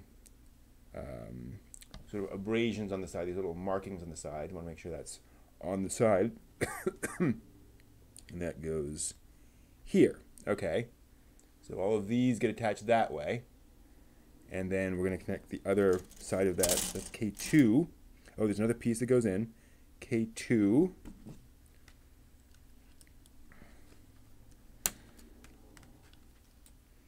Yeah, I'm doing pretty well. Happy that we're chugging along on these on this kit so quickly. Partly because we couldn't complete the gun. I recognize that's a lot of the time savings. I'm sorry, the sword. Gun is complete, sword is not. Okay. So the S5 goes between them. We had an S sitting around here. S5. Alright, so the S5 goes here.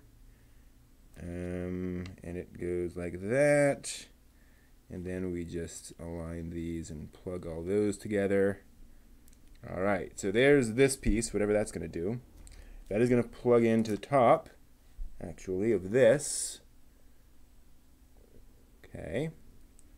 So those are now mated.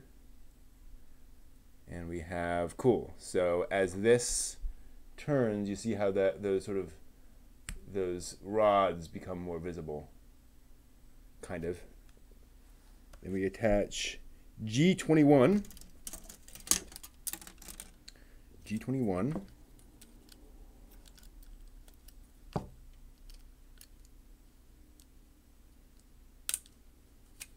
To the front of that. Shave that. Shave that. Shave everything. This is going to get plugged in there. And then G20 goes in below it. Yep. Definitely get that off. That's shaved down. Okay. And that gets slid. Okay, yeah. All right. So there's that piece. Those brighter red pieces go on there. All right. Then we're going to plug, let's see here, I1, I9, and I8 all connect to each other. So where's an I? There's an I. I9. I9 and I8, all right. This is going to get tricky. So there's I9, and there's I8. I ate what? I ate broccoli. Wah wah. Hashtag dad jokes. I8, and then I1. This is an interesting little piece here. Got no idea how this is all going to work together. I'm just kind of throwing pieces together in the order they tell me to, but it's very much unclear how all these fit together to make an arm. You kind of have to trust it. All right, so we have that there. This goes here, and then this goes here. Oh, but they go in. Wait, no, it goes in like that. Okay, gotcha. But then we do this. Looks like. Okay. So we have this weird hinge here. Then we're going to plug together some U pieces. There's U. Me? U. U4. U4. That's a good foot. Huh. On a smaller Gundam, maybe. Looks like a foot to me.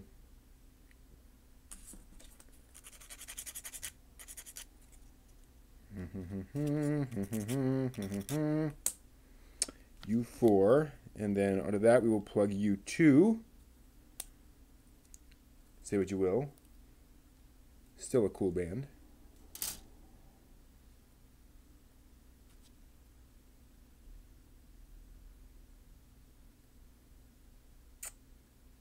I think that's right. And then U3 goes under that. Yeah, I can't complain, JW. How are you doing tonight? It always feels good to get close to the finish of a project. I'm sure that's one of the reasons why I'm feeling so upbeat about this. Is, you know, on the one hand, it's nice having some other things to connect first. Another U, excuse me, U1. Excuse me. Getting some dust flown around here. Connecting up to U5. Yeah, I don't really have that, oh darn, the project will be over feeling for a model kit for some reason. I enjoy the completion much more than I enjoy, I enjoy the process, but, you know, the completion is the point. I need an I5. Do you have an I here? Yeah. I5. Man, I'm just puntastic tonight.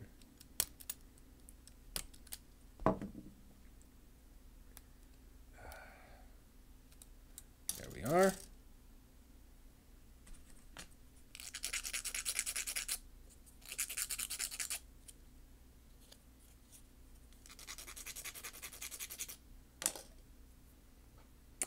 Okay, so there's I5. There's, oh no, we did this first. So this goes in, they say, like that. Okay. Weird. And then this goes in like that. All right. A little flap there. Okay, so this is going to plug in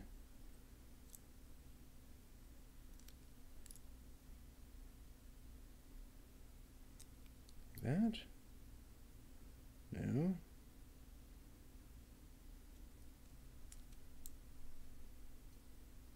That's weird. But it fits. And this goes like this. All right. Interesting.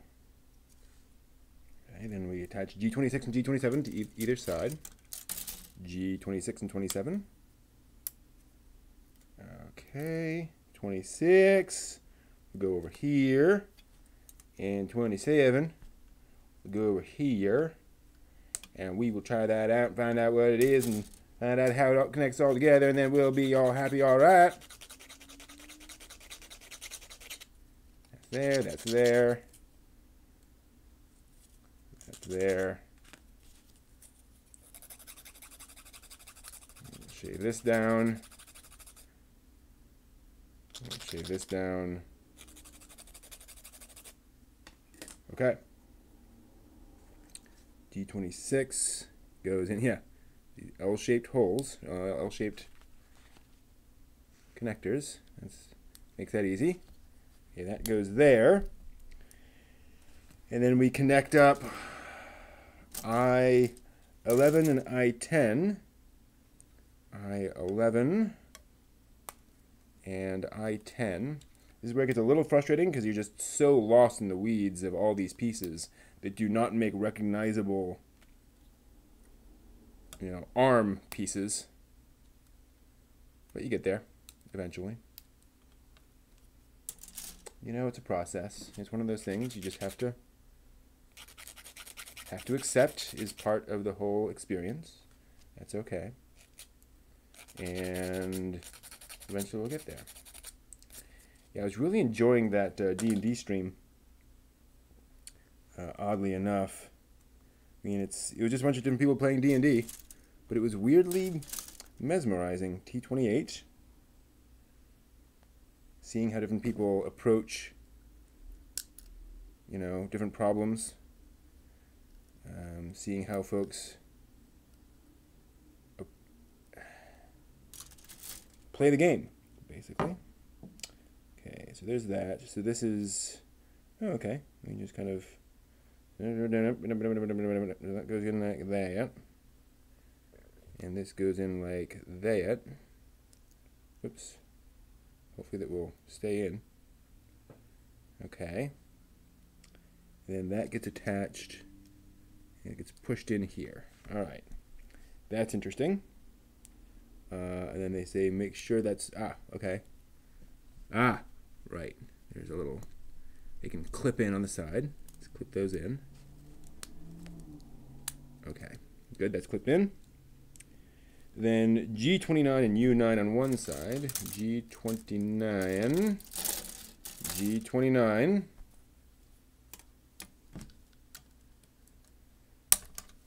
This is only one arm. D&D, actually kind of both. It was a live stream of people playing D&D face-to-face. So the Wizards of the Coast people, the folks who actually make D&D, they've been hosting a whole bunch of games on the official Twitch channel. People playing D&D in costume, all decked out, and actually playing different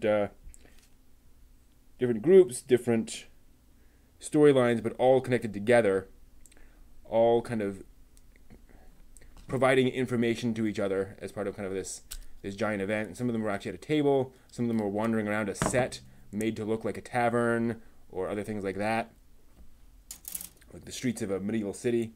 It's epic. And it's been really interesting seeing different people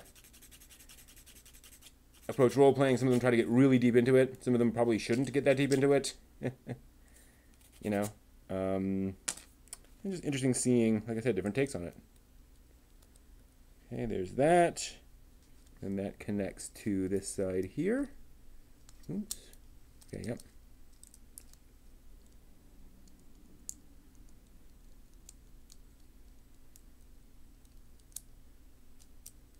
Come on. Pretty sure this goes in this side, right? Yeah. Yep, a couple of things there. There we go. It just didn't want to go in. All right, then U8 chocolate. Yeah, I've enjoyed playing and running D&D for a long time, but I never really enjoyed watching other people play. So I'm an acquired taste. But now that I've done it for a while, I kind of get it. Yeah, not every group is fascinating for everyone all the time. And there's certainly some of those groups where I was like, hey, you guys are having fun and that's great, but I'm probably not going to, you know, not going to follow you guys long term. But others just have a great chemistry.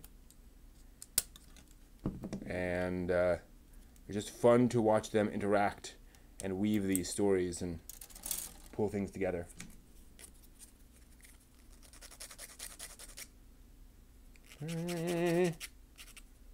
That's there, and that's there. There we are. Okay. So then we plug this into that, and plug this. No, that goes this way. That into that. Okay. And then we're going to go back to this. Getting close. We're nearly at the last page. So we attach G19 to U7. Making sure we got it the right way around. G19.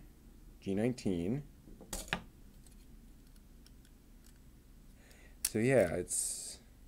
D&D is really fun to play, and surprisingly, it's fun to watch people play.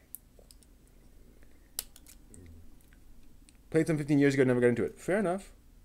It's definitely one of those things that's for some people and not for everyone else. Not for everyone. G19 and U7. For me, it's the most fun you can have with your mind. But it's also very group dependent, right? And you want different things out of it, and different groups get into it for different reasons. I have some folks who are, you know, they play a very beer and pretzels game. Or they run a very beer and pretzels game where it's very silly. Okay, so like, okay, make sure this is going in the right way. So this should be going in like that. Okay. And that's going to plug in where? I guess there. All right. And then we attach G22. G22.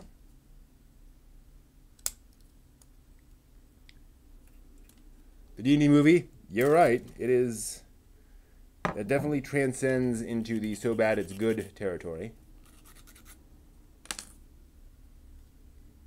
It's just, you know, a mess on so many levels. And of course, Jeremy Irons is just chewing up the scenery like you would not believe. That's just fun to watch. So this is going to go in where? Am I missing a piece? Looks like there should be something there that's not.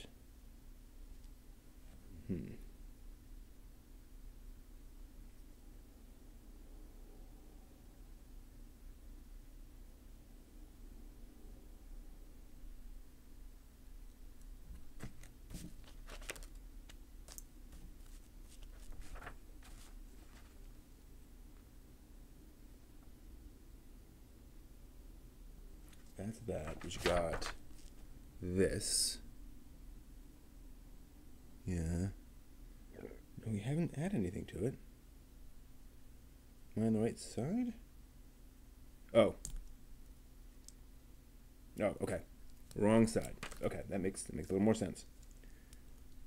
Okay, that goes in there, and then this plugs in down here somehow.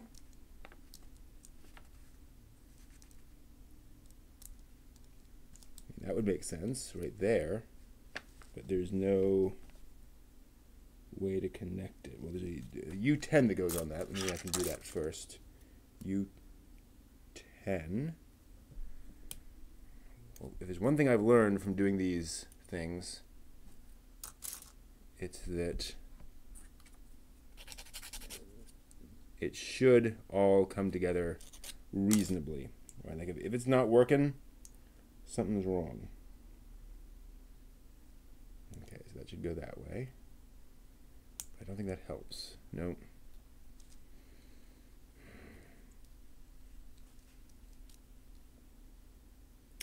Definitely does that. Maybe it's...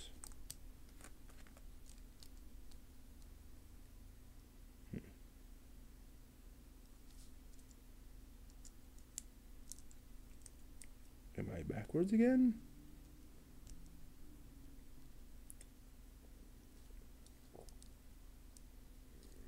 No, it should be here. It should be here. That's showing a little piece.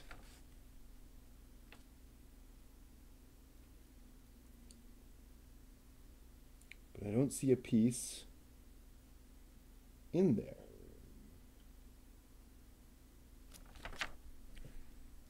Yeah, there's the two bits. So there's that. There's the thing connected.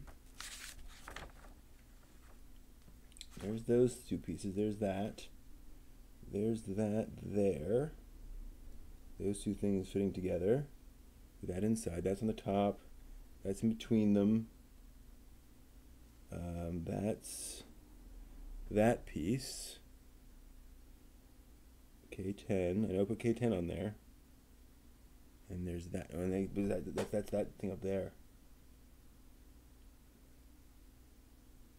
Okay, we know that was there. That was there. That's there. Okay. Where am I?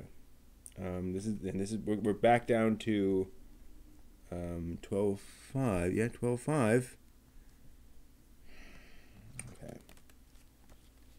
That should fit up in here somewhere, but it just plain doesn't. Like there's no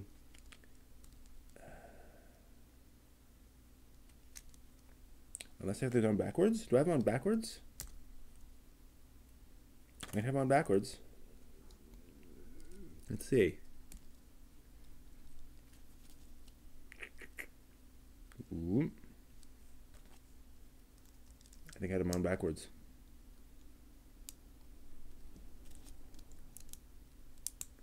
That's correct. Then we go here. There we are. Yep, just had it on backwards. Okay. So, fair enough. Whew. Scared there for a second. All right, U11. Always worth it to backtrack. Don't panic. Just keep looking. Very curious to see how these hands work. Right. If you're interested in D&D, the second D&D movie is a really accurate, if you will, representation of a D&D session, a short D&D campaign. Like, it's cheesy as heck, but all the tropes are there. Much more, if you will, much more accurately than in the D&D movie. Like, they cast detect magic, and they check for traps and all that stuff. And then that is going to connect into I4. I4. There's I4. I recently watched Ator, the Fighting Eagle. The first movie in the trilogy that gave us Cave Dwellers, the Mystery Science Theater movie that famously included the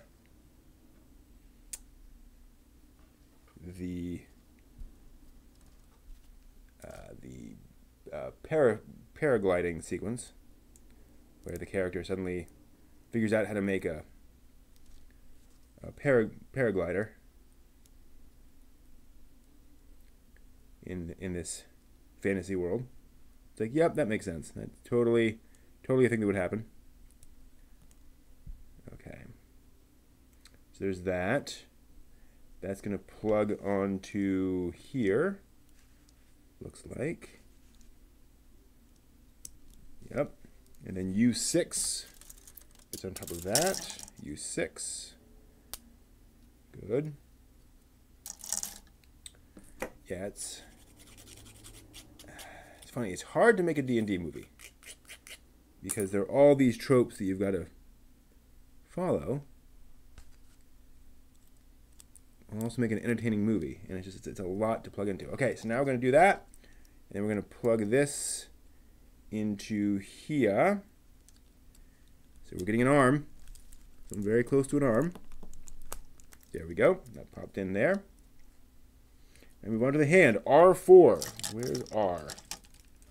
R, Q, T, U. Is R over here? L, M. Where's the S? S, R. Whoa. Yep.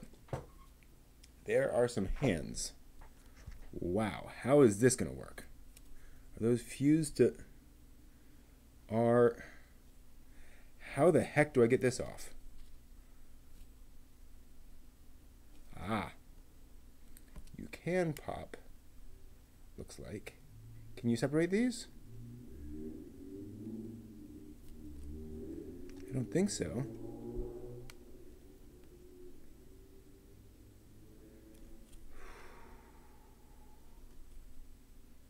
How do I do this? What's what? R. I don't even see the numbers on these. Oh, there we go. R. R4. Hands. Yeah, it's very low budget, the sequel. To no one's surprise.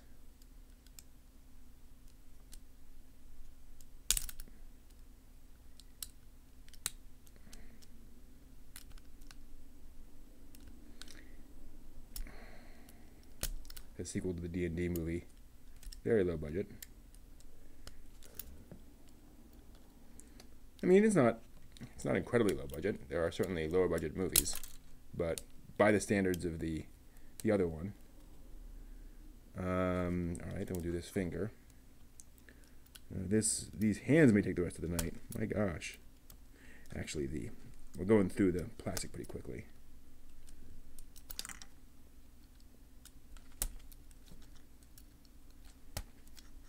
And this goes here. And this goes here. And we will break off all these little connectors. And we'll get there. Come on. Oop. Okay, that's there. That's off. So that's disconnected. That's disconnected. That one we need to disconnect. Man, this is nuts. Love this color scheme, the red and white. Just cool visually. And then where does that? I just don't want to break a connector that's actually like important. It's actually holding it together. A little hard to tell how this is all supposed to be connected. So there's that. There's the ball. There's that. I think we got it.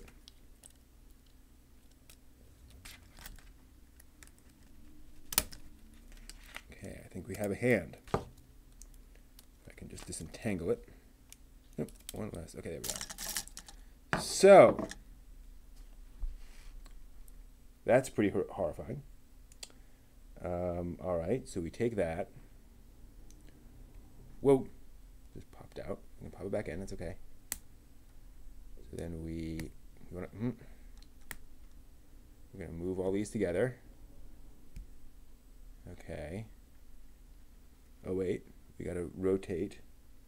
Okay, so they should be. Gotcha. Yeah, that's nuts. This gets rotated down. Okay. All right. So that's a little weird. And then how do we?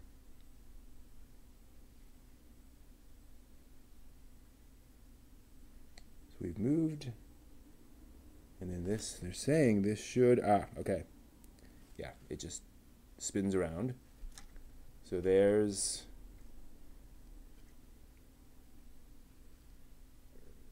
yeah, no. Gotta be like this, the other way around. I think, there we go. That is a hand. Wow. Individually articulated fingers. This is unbelievable. Yep. Yeah, so Ator is the original. Cave Dwellers is the one that they actually riffed, but the riff tracks did the Ator movie, the original Ator movie. All right, so let's finish up the hand. F30. We have F. I don't think we had F sitting out. This is, there's F. F30. F30. Yeah, Cave Dwellers is one of the classic Mystery Science Theater movies. In fact, it's arguably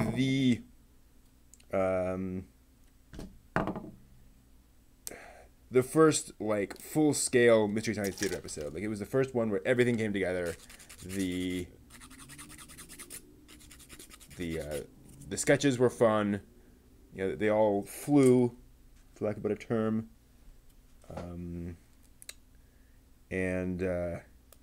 You know, the riffing was just kind of on par and kept moving throughout the entire story.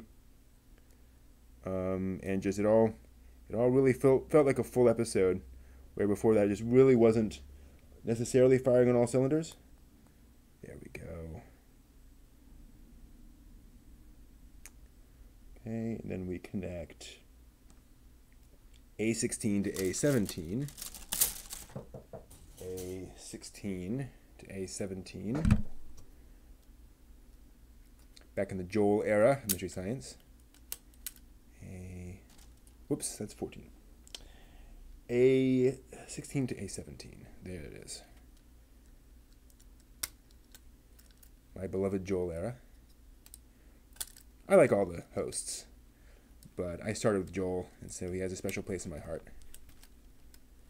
I like to defend his particular approach to things. Not that it was necessarily the best way of doing it, but that it was a very effective way of doing it.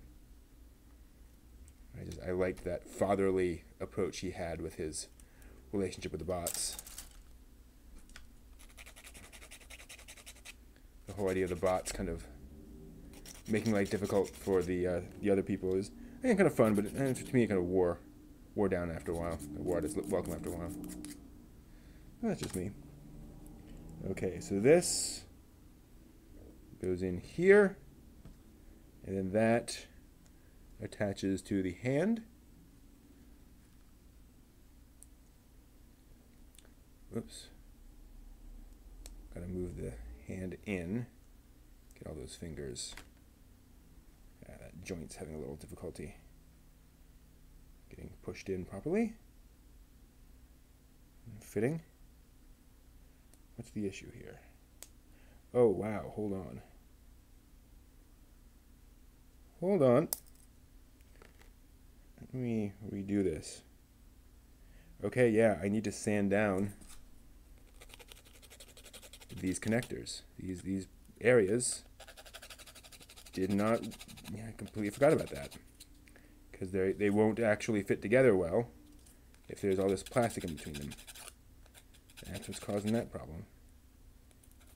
Okay, I think we're okay everywhere else. Gosh. That sure doesn't want to hold. I think that will go down. Yeah, okay. All right, just taking some time to kind of figure all this out. That goes there. This goes in here to kind of hold them all together. This goes in on the other side, like that. As kind of this shield that still doesn't want to. This goes here. And this goes here. I think. Come on. There. Okay, there we are. There's the back of the hand and the fingers. Took a little little manipulating, but we got there. And then we plug that into here. Okay. And then we attach U13 and U12. U13 goes on this side.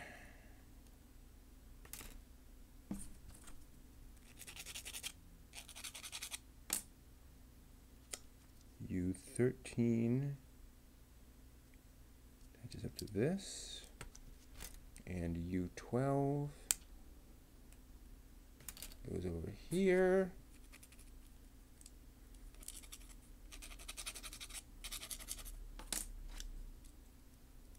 Over here. Then we plug this guy in here. Like, actually they want, it's a little weird. That's there, they want the hand here. And the, oh, okay, yeah. Interesting. Kind of weird. So we have the, that's the, no. That seems backwards to me. Is that right? Yeah, I guess. Okay. Left arm complete. Ladies and gents. Took a while. There are those fingers with all that ridiculous articulation. That's really nice. That thumb. Have to fiddle around with that for a while. Cool, cool, cool. Couple little beauty shots of this arm here.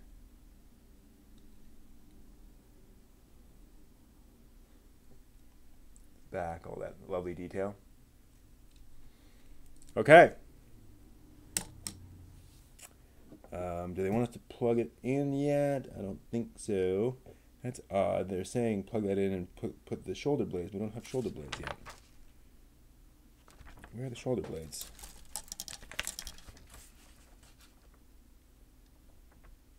Oh! Here are the shoulder blades. We forgot to do the shoulder blades. We'll do the shoulder blades next. Okay. Well, no, you know what? Let's do the arms. Because we have all the sheets out. Right? That makes sense. We'll go back and do the rest of the arms. And also the arms are fresh in my head. So this might take us up to 11 o'clock. Wow. This has been a long build. We will get there. Excuse me. Okay. So we need a K. I think there's a K down there, but that's probably a, yeah, it's pretty much a used up K. So we'll go and find the other K. There's the other K. Is there the other K? There's the other K. And the same thing with I, right? We were going through an I here. Do we have an I? I don't see an I. Alright, that's fine. So. One second. That went down wrong.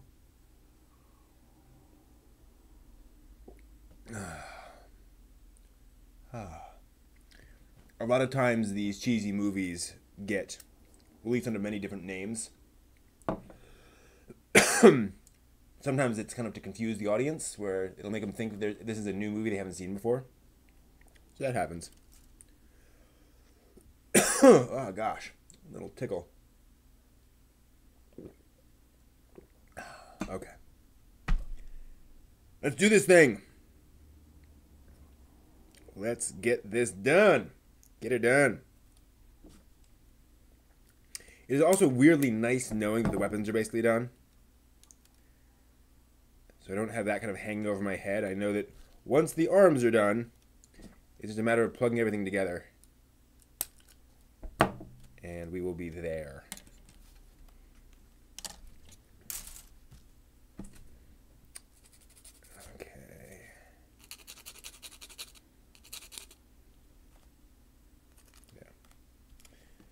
Then into that goes an S2. Do I have an S?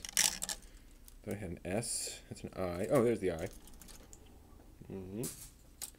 S. Oh, we had the S's over here. S. Doop. S2. I hope I have these right.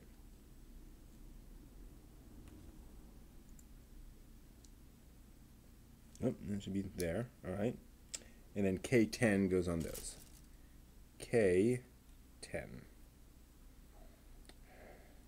fact, when this is done, I may sneak in a little bit of Mystery Science Theater or Riff Tracks or something. Kind of nice to end of the night on some stuff like that, some comedy. Of course, I've seen a lot of it. I've seen a lot of those shows.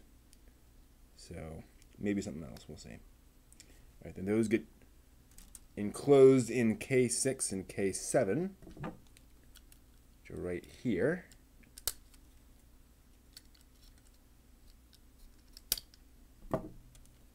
K6 on this side, K7 on that side. Oh.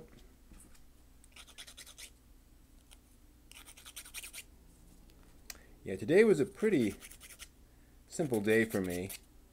You know, doing errands, getting stuff done. Nothing too exciting or surprising. Okay. But good to get things taken care of. Had to do with the sheets on the bed. Well, I didn't have to. It's not like they were covered in blood or anything. But, you know, it was time. Okay, and is that still... Gosh, that's stiff. Why is that so stiff? That worries me. Well, it does move. Okay. Put that out of the way. Move that out of the way as well. Alrighty. Where are we? We're there. K23, K26. K23.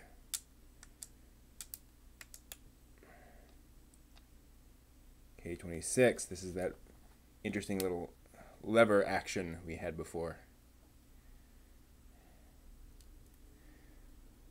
So I see you're a Mystery Science Theater viewer and watcher of Anne Riley. That's cool. Mystery Science is definitely one of my passions, one of those things I know more about than anyone should know. For some reason, I became obsessed with Mystery Science. Alright, so we have this is here, we have that's like that, and that connects there. Right. And then in K24 and K25. With K24 on the left and K25 on the right.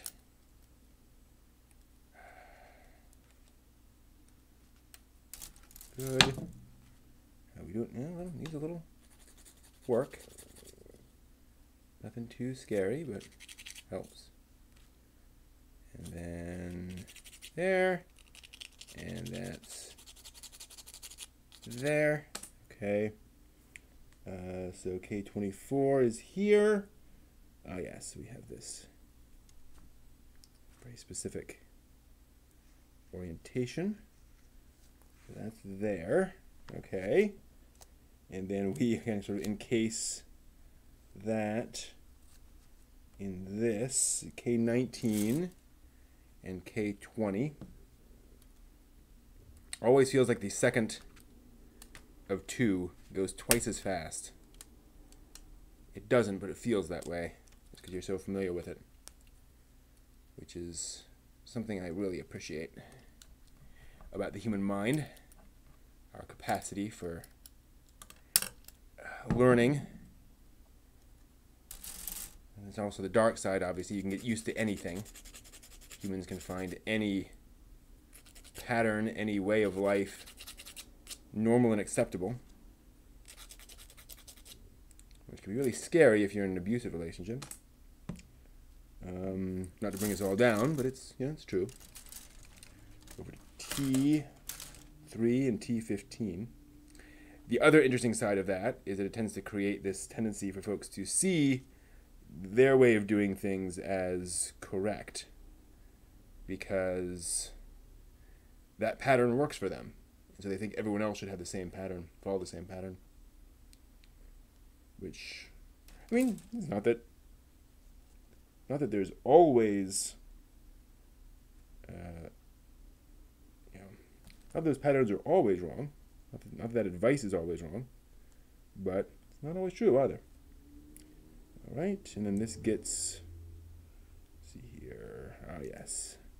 This goes in like that, and this goes here. All right, so there's that part done, and we make sure that, yep, that can still move. Okay. And then we connect K21 and K22. So the eye tends to just leap right towards those pieces that you've used before. Like you're like, oh yeah, I know exactly what that is. K21 and K22, but they are joined with T14, which I think right over there. Yep.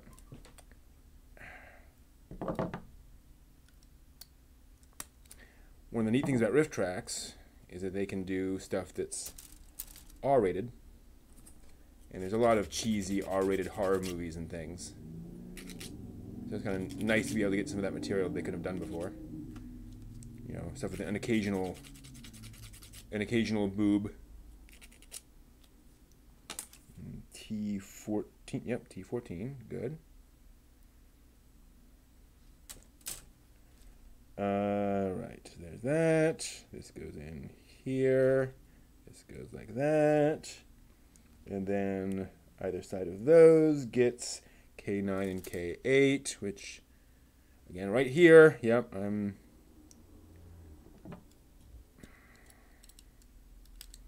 pretty clear on now. Good, so maybe this won't take quite as long as I was hoping, or fearing. K9 there. K8, yeah, feels like I was talking about K9 hours ago. That's good. Okay. So, for those who missed it, this kit actually has a light in the head. So once I get this all assembled, I'll go in there and switch it back on. Unfortunately, I have to kind of disassemble the back of the head to switch it back on. But I'll go ahead and do that. We'll probably turn the lights off so we can get a feel for that. Kind of a cool feature. Okay, so that goes here and there. This goes here. Yeah. And then that goes like that, connecting over all of the pieces. Come on. You can do it. You can fit. Yeah, good. Okay. That piece is done. And then we put the side panels on, which again we kind of got mixed up on before. G24 and G25. Ooh, G. Golly G. G. Those are eyes. J. G. G. Do we have extra G's? I thought there were 2 G's. G24. Yeah, okay. There's the other G. Oh, right here. G24. Goes on the left. Oh yeah, these are the ones that are kind of in weird. G24 goes to the left, and G25 goes to the right.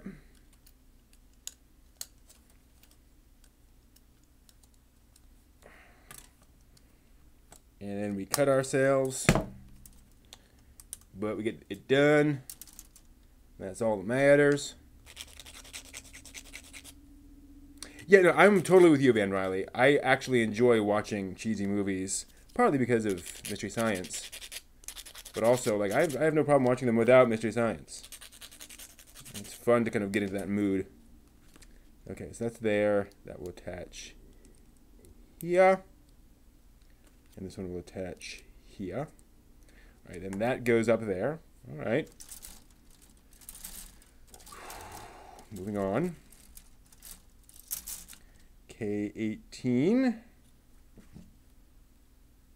That's a tricky one. Lots of little pieces. I think I can just cut off everything except that one. Good. Okay. And then S4. Anything left on this S? S4, yeah.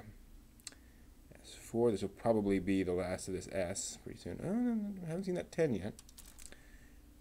S4 goes on like that. Are we sanded down? No, we're not. Okay. Yeah, I've been known to watch cheesy fantasy movies just for the cheese. And just for the fantasy, right? Like, just to enjoy something weird and wacky. Sometimes you come across something where I'm like, you know, this is ridiculous, but I'm entertained. Isn't that the point? Okay, K14. Like, I would... I'm a fan of science fiction and fantasy. I don't need all of my entertainment spoon-fed to me, where it has to look perfect, it has to look beautiful, it has to look completely accurate, or I just can't watch it. Like, well, that means you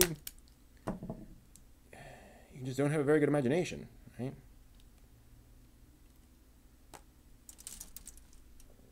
In my opinion. Like, I'm not saying you have to love it. I'm saying maybe you should be able to watch a cheesy movie and just appreciate it for what it is. And just take it. Take it.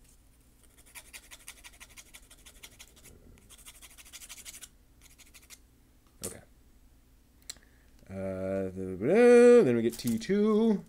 Uh-oh. Terminator incoming. T2. And T16. Yep.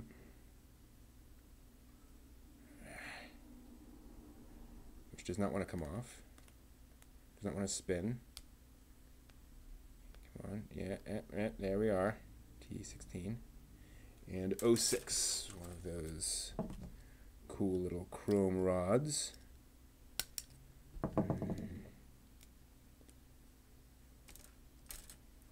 Alright, so that goes in like that. And then this. How does this all work? This goes in here.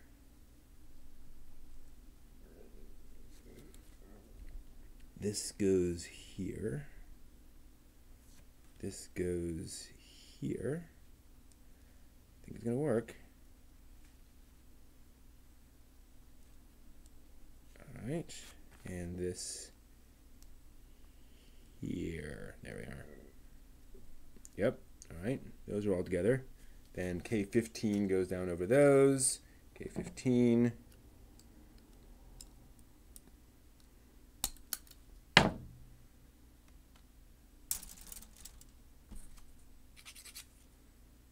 Okay. We've established that we just kind of have to wiggle this around a little bit to find the right positioning of it. There we are. Okay, then that goes up there. Let me go to K1.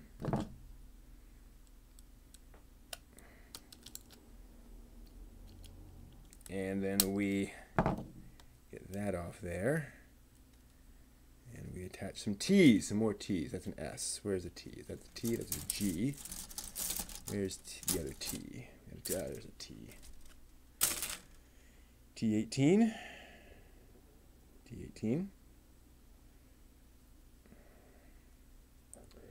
And T12. T12. And, oh yeah, T17 connected to O7. And that almost finishes out. And that will finish out O. That finishes out O. Yeah, O's done. Cool. Yeah, I think O's done. Thank you for your service. Yeah, totally. A lot of good MST3K anime. Where'd that rod go? What'd I do? Oh, it's right there. Good. So we put that in there. Again, we want to orient that to make sure that those little scoring things are on the side. Okay, and then that goes in down here. Yep, only place it can go. P18 goes here. P12 goes here. Yep, make sure that's right. And then S5 goes in the middle. There's an S.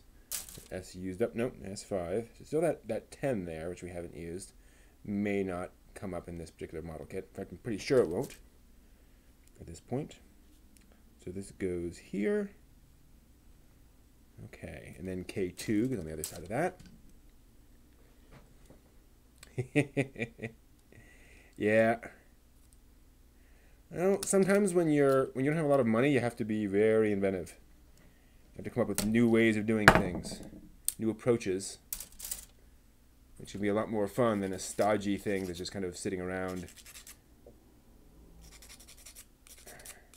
It was designed by committee. Okay, so all those pieces come together. Good. And then that goes down on this.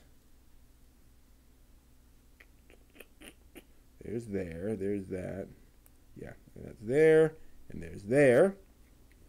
And we connect G21 to that. G21.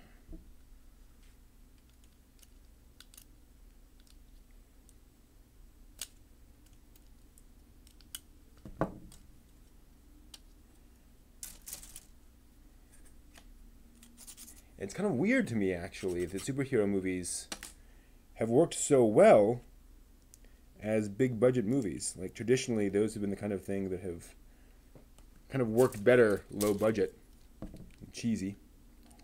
But Marvel's found a way.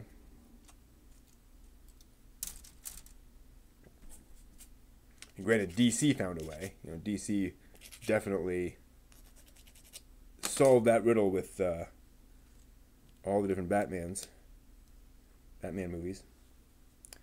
Alright, let me switch it around, and then we grab eyes. So, this is where we need another eye. I9. Down there. Oh yeah, this is where things get a little tricky. You gotta be aware of what you're doing. I9 on that side.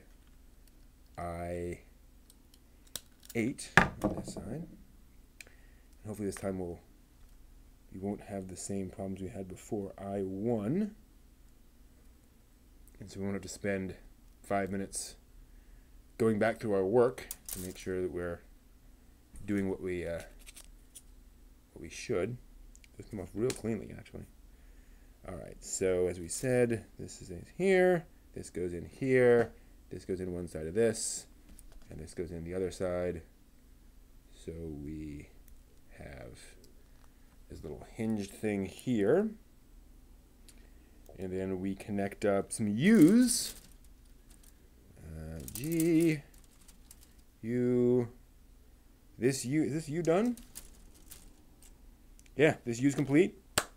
Thank you. Another U, another U, no, it's E. There's a U. U4, Ia.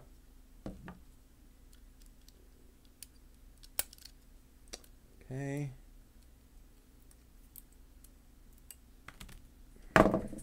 Yeah. Cheap media is still media. It can still be a story. You know, a lot of the great classic movies of yore were not hyper expensive. But gosh, were they impressive in their own way. And U3. Yeah, The Maltese Falcon was famously a very cheap movie. So we have this. This goes in like, whoa. Yeah. Thought it came off clean, but one part did not.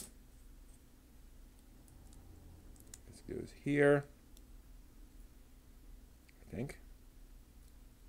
Yep. This goes here. Oop, no, no, no, no, no, no, no, no, I messed that up. Come back off. Come back off.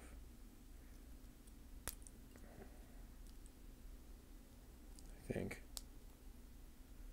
Yeah, okay. All right. This goes on here. Oh yeah, we had that weird thing where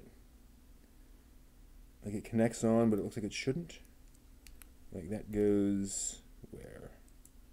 Slides in there. Yeah. And then we assemble this piece. Yeah. U5. U5. Are you not entertained?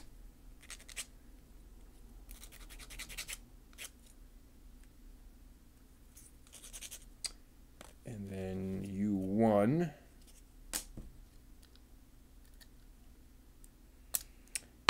During that D&D stream, they had a couple of songs where some of the folks who were playing the game were also in a little like Renaissance band.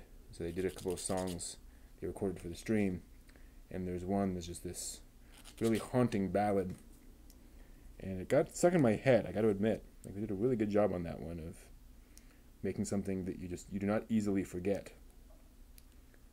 Okay, so that's going to kind of go there. And then I5. Did I not plot? That is I5. No, U. I5. I5 with my little eye. Something that is red. Okay. There we go. We're just about there. With this piece. Yeah.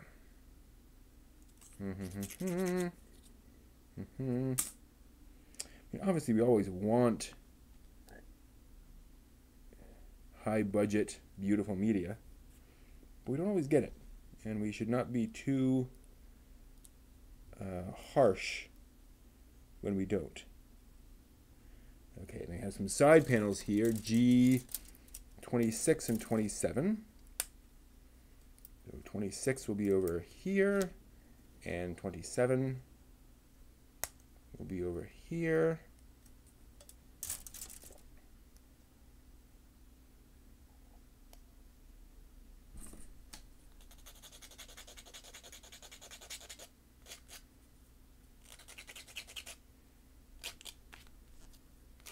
Yeah, it feels like we'll be there in no time with this arm. Okay, yeah, well, we'll take a little less time than I thought.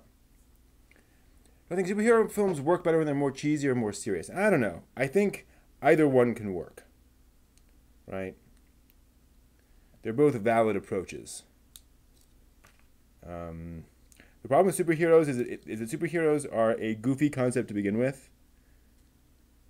So if you want it to work, you need to really sell it. And sometimes that's very difficult to do when it's low budget or when it's cheesy. T28. You got to find that right balance, right? Like the Superman movie from the that was like 1980, right? The Christopher Reeve original Superman movie. That was a serious movie. It looks cheesy now, but it was presented as and viewed as a serious blockbuster film. And that's one of the reasons why it worked, because they were very earnest about it. They weren't trying to be cheesy. Whereas I would argue the Tim Burton Batman movie is trying to be cheesy to an extent. Like it's obviously trying to be serious as well. Trying to have a seriousness to it. But it can be over the top. It can be kind of silly at times. And that's part of its charm. And it kind of walks the line between the two. And obviously, the 60s Batman, as cheesy as that was, super popular. Hugely popular. So that worked there. But they were very, very aware of how cheesy they were being. Okay, so this goes in like this. Oh, no. What am I doing? That's not right. think. Oh no, yeah, it'll go to there. And then it snaps in. Okay. So those are in there. Good. Yep, snap, snap. Okay, then we're going to add some stuff to the side of this. And then we're pretty close. So U8. I 8 what? U8. And G28. Here's G. Is that G? Looks like G. Yeah. G28.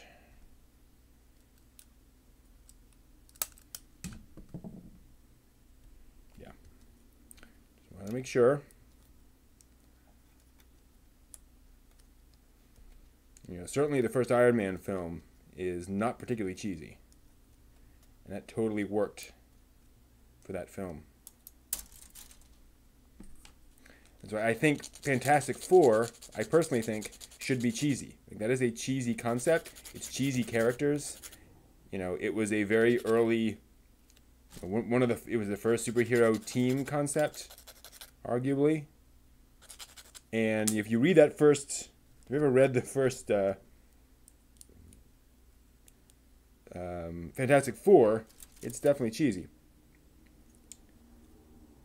But that's what it was going for, right? It was this. It was a product of its time, and and obviously there are serious Fantastic Four stories, but it's just the kind of thing that I think works better when there's a certain certain bigness to it, right? A certain sense of ridiculously huge stories. U9. But what do I know? I am certainly not an expert on the Fantastic Four, but just from what little I've seen of it, feels like that kind of a concept. Gundam's a great example, where you can go cheesy with Gundam. Look at G Gundam, but it doesn't really lend itself to those sorts of stories as much. Okay, that goes there. That goes there. Oops.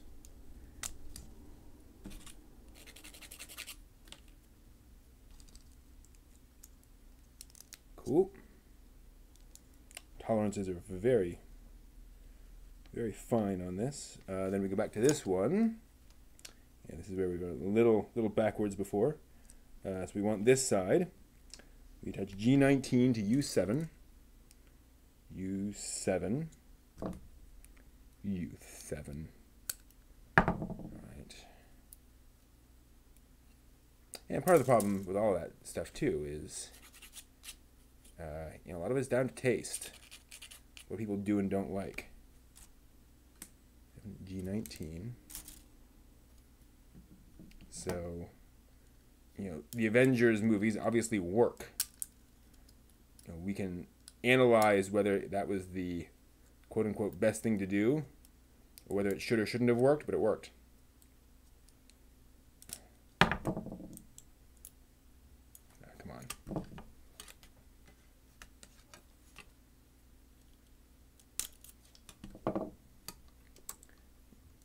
You can't argue with success to an extent. You know, I am very hesitant to call anything that is massively popular a bad. It's like, well, how bad is it if many, many, many, many, many people went and watched it and professed their love for it? Like, there's obviously something there that's connecting with people. G22.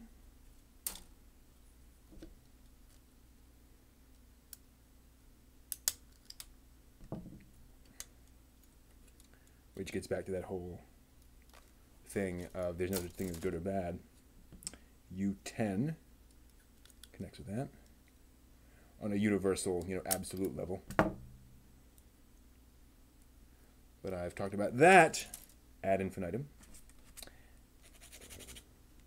Oops. Yeah. feeling close. Feeling very close on this. All right. So this goes on like this. Okay. And that goes up on here. That's satisfying. All right. U11.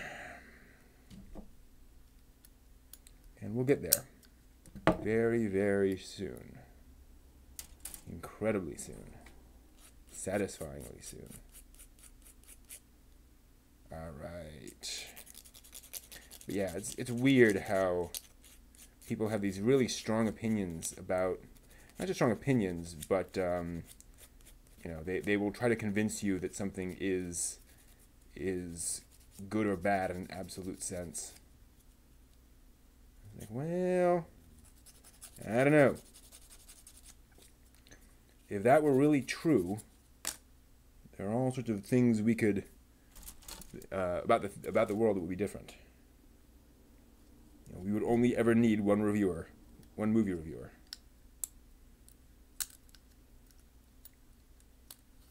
Let's see here, because he or she could just apply the standard, and we'd know something was good or bad. Boom. That's not quite how it works. And then I4 is on there. I haven't seen an I in a while. I4. There it is. That might be the end of that I. I think so. Let's look. Yep, I is complete. Thank you. Yeah, exactly. But and superheroes are great. Deadpool is a great example of something where you can totally blend the serious and the silly, right? Where Deadpool absolutely has some dark moments, and it works for that character in that situation.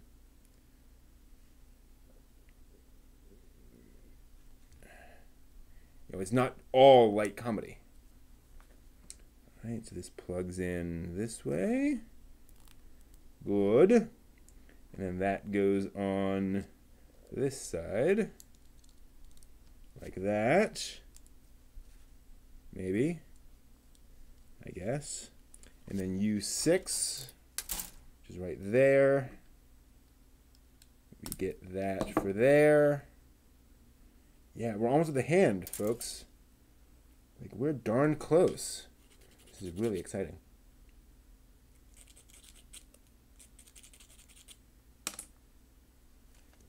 Okay.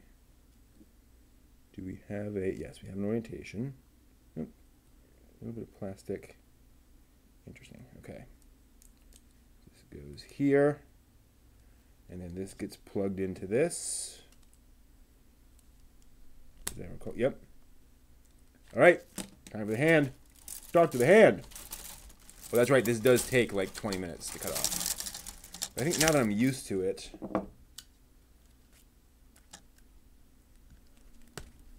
I can do it a little more quickly.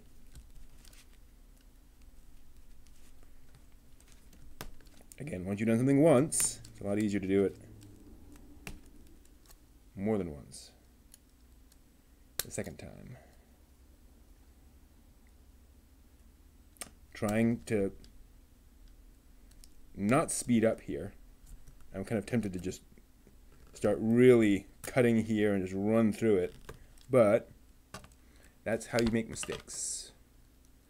I think there may be a term in surgery for this, where you're so close to the end that you start unconsciously rushing, and it's very easy to make critical mistakes. So, ooh, I shaved off a little bit there.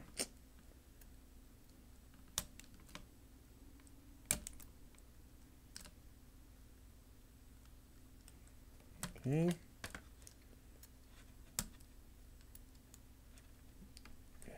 Cut through that, cut through that one, cut through that one. And then the thumb. We already did the thumb. Have we done all the fingers? We have, okay. Just disconnect from the base. Just. Is that the last thing? Maybe the last thing.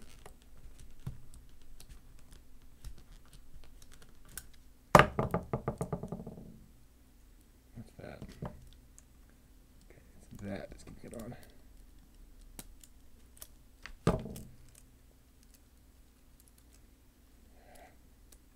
Oh, a little bit. It went part of the way through, but not all the way through. On that one. Okay, good.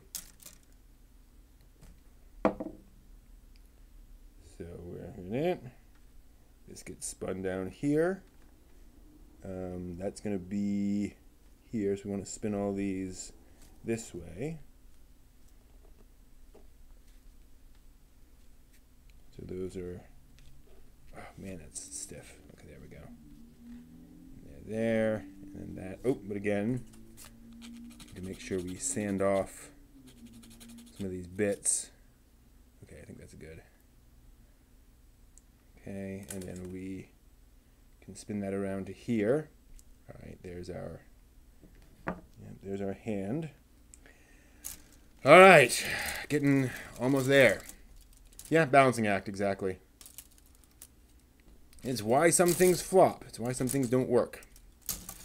Because these things are difficult to get right. F29. F29.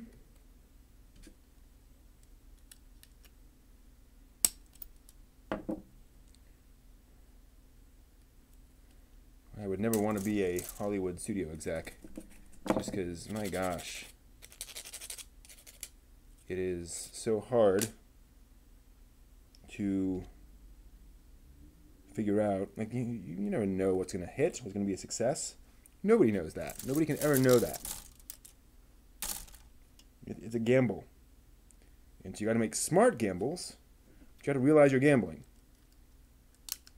And everyone has to be aware that you're gambling. And not hold it against you if you lose to the house.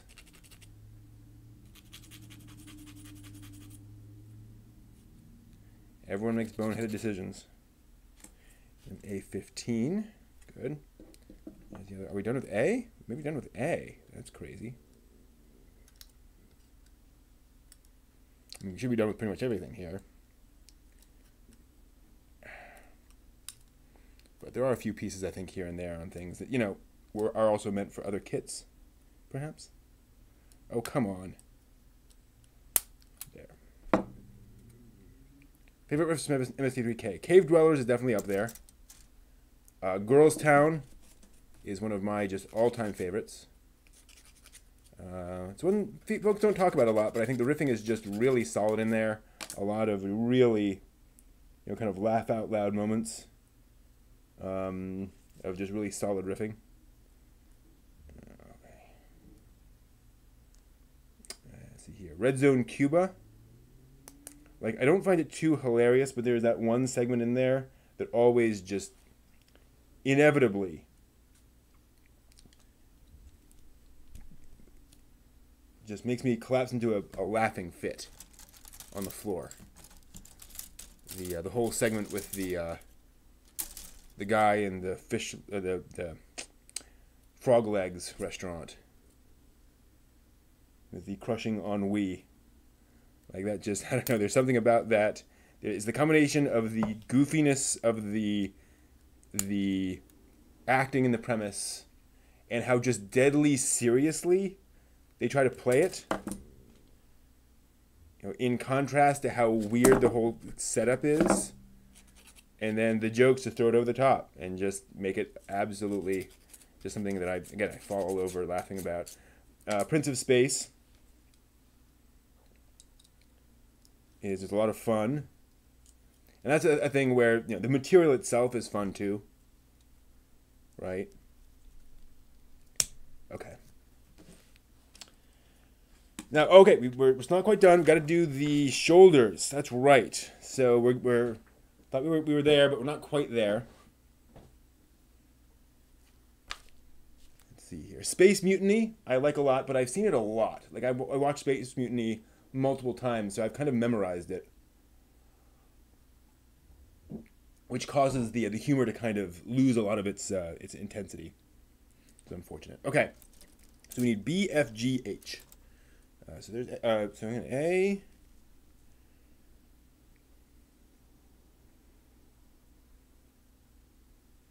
Thank you, A. Oh no, I take that back. There's a little piece there. 6. All right, not gonna get rid of that yet. All right, so we need B, F, G. There's F, G. There's G and H. There's the other G, so I might as well keep that there. I think we have 2 H's. No, just 1 H. Okay. All right. And what's this? This is B. All right, we don't need Tito. That can go away. Whoa! Bunch, they're all cut up with each other. Let me put those over there. That there, that there. All right.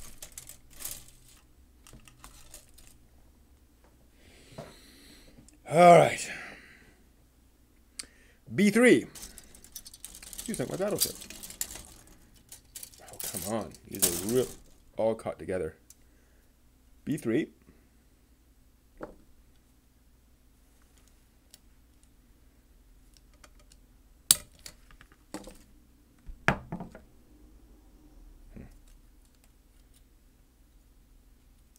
Are these? No, okay, wow. Good. This should take no time at all. It's only a couple pieces per. B3, F33. Ow. G, F, 33. 33.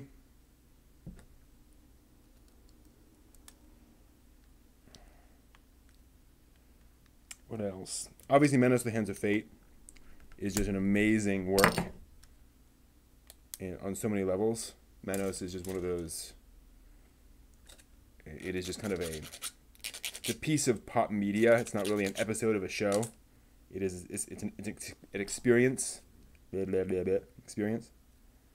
And then that goes there, and then we grab G8. Oh, and we'll do the other part. F24. F24.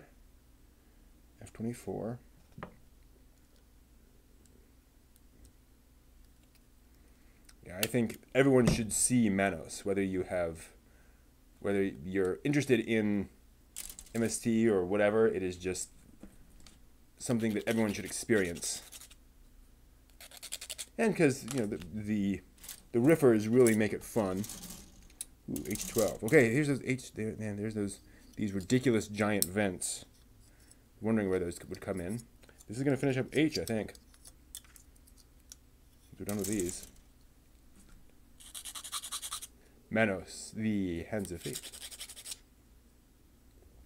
And it's just a classic. So we have this, and then we put, that'll come up. Put this inside it. Yep. And then G18 goes between them. G18. Oh, that's all right. Is that G complete? That G is complete. Pod People, yeah. Pod People is another one where I've just watched that so many times that you know, I can kind of predict the jokes. So I just, you know, can't get into that one anymore, sadly. All right, so this is here. And then this connects here. And this connects like that. And then B4 goes on top of them. B4.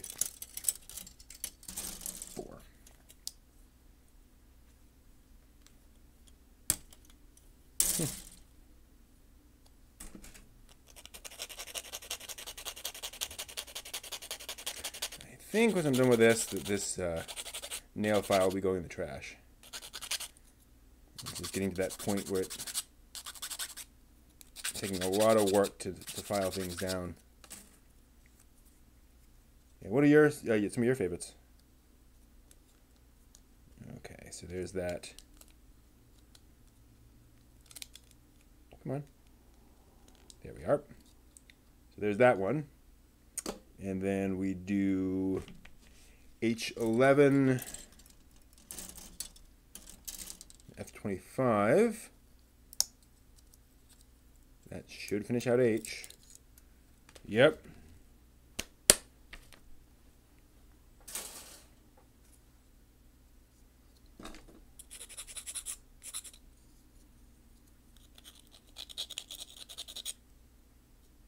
Okay.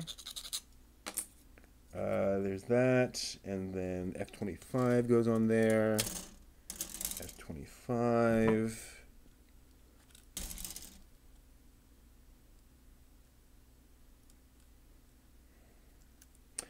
Yeah, it's, you know, the thing about Mystery Science is you can watch these things over and over and over again.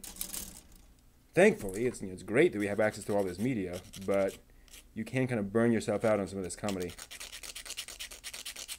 And I think it's different than with like a sitcom, for example, because with a sitcom, you know, there's so many episodes, you're not going to remember things as well as with a movie, where with a movie you've got all this stuff. You know, there is a certain amount of F32 of through line of that movie, and so I think you can remember the jokes more clearly when you're watching how they're aligning up to this ridiculous, you know, beatnik story. One of these days I want to go back and check out the original Side Hackers and just see how bad that scene was that they had to cut. Like, I know what the content is, like I know why they had to cut it, but I'm kind of curious as to, you know, how bad was it. Like, I think if I know going in what it is, then I can kind of stomach the context, hopefully.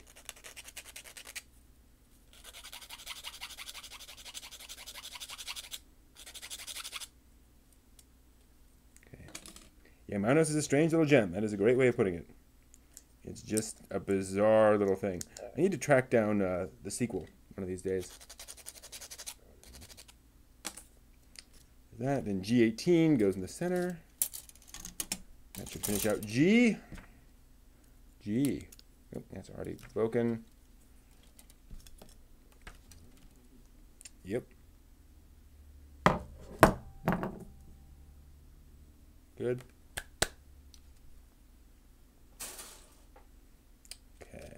So this goes here, this goes here, this goes here, and B8 goes over the top of it all. This might be, is this it? This might be it, ladies and gentlemen. This might be the final piece on this Gundam.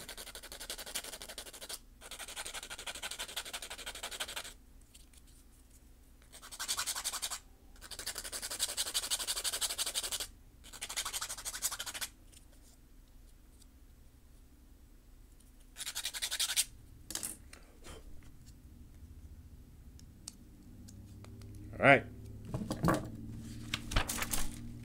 So,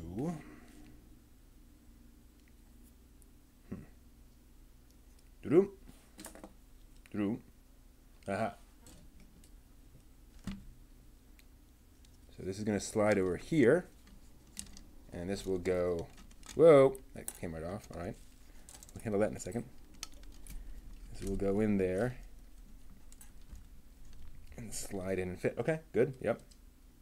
And then this will go like this and slide in like that.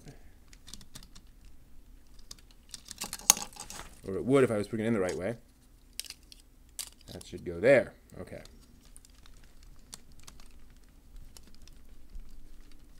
There we are.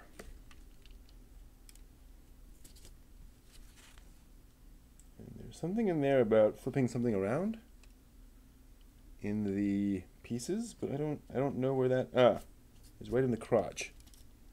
I don't know why they're talking about something.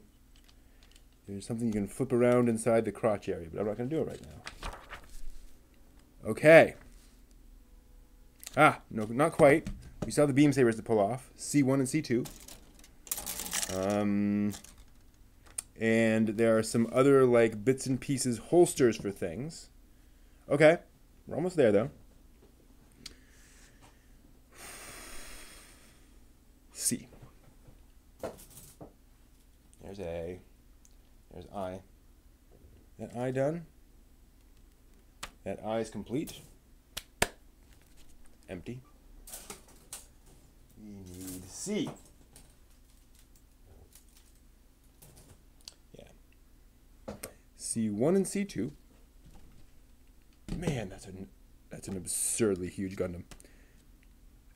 So C1 and C2 just get added together.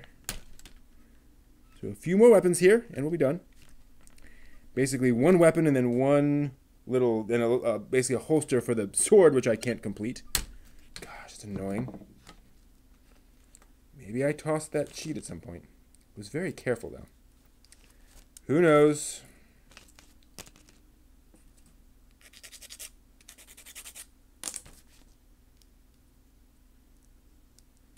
Okay, and then C7. C7. Oh, there's still a piece on there. C8. Maybe we use it something else. Who knows? Oops. A little bit.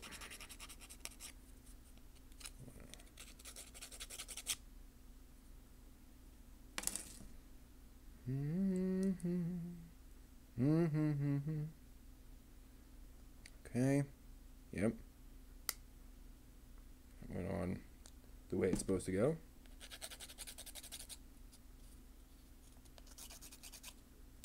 Yeah. Game Escape. It is pretty cool. Okay. Is there just the one beam saber? Nope, there's two. There are two C's. There are two C's. Why have one beam saber when you could have two? One of these days we'll have a four-armed Gundam with 4 beam sabers.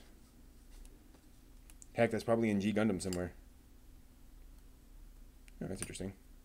The 8 on this was used, so apparently that was needed for something else.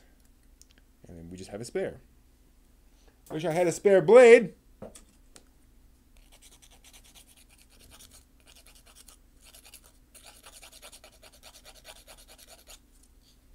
Okay, put that there. So we're almost there, ready for reveal. Oh, and we'll pop off the beam sabers too, so we can look at that.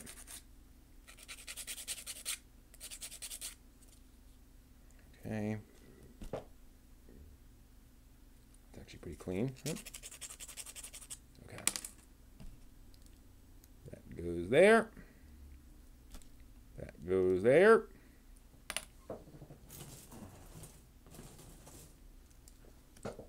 Big old beam sabers.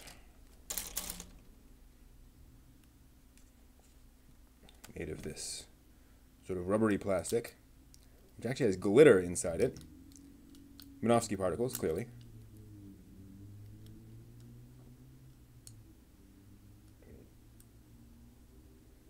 Come on, come on. Cut through. Maybe I'll get that off just by stressing it. There we go. Lovely. Lovely.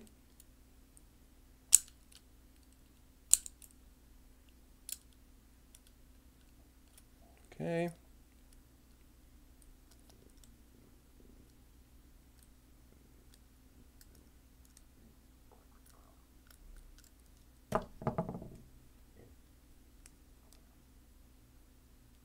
Okay, there. So there's that. And so this would normally have, so you get the beam sabers there, right? Or they can be holstered, and they go in here. So these bits in the back, I believe. Nope, apparently not.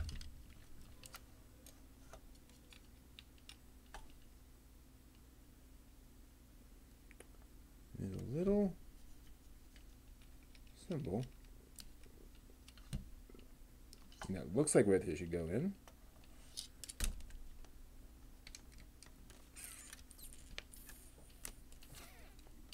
Unless...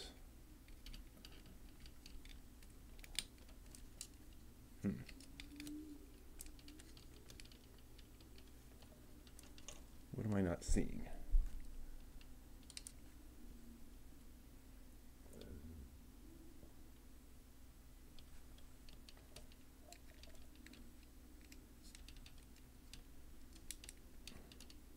Well, I'll have to fiddle with that later. Oh, maybe it's just supposed to go there, I guess.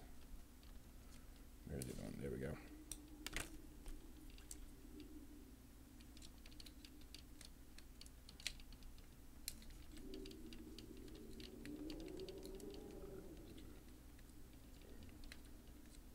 Hello. Oh, the little thing popped off. Yeah, okay. And it goes there. All right. One moment. We're not quite there yet. Move over to the X sheet. This is kind of a holster for the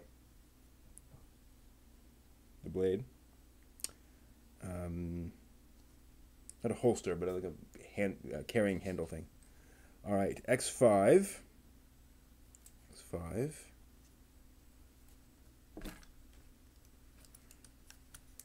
We'll show you everything here. So this is about a 12-hour build, actually, for this perfect grade Gundam. Yeah, this is a long build. Maybe 11. Certainly 10 to 12, something along those lines. So there's that, then X2. That's not a surprise. There we go. The kit was a gift. I will probably not be assembling any more perfect grades anytime soon. It is just too time consuming for my particular tastes. X10 is connected on as well. Yeah, the real grades and the high grades and even the master grades are more my speed. I can do a master grade, but a perfect is just... Okay.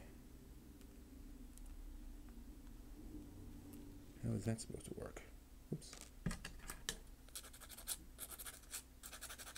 It's hiding. Oh, this one. And that's supposed to go... Oh, like this. Gotcha.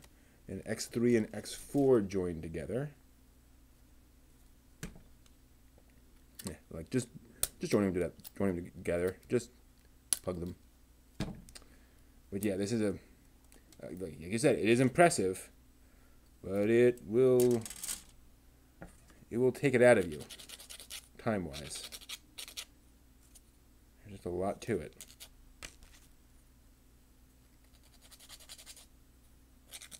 And there we go. So these just get plugged together. That makes sense.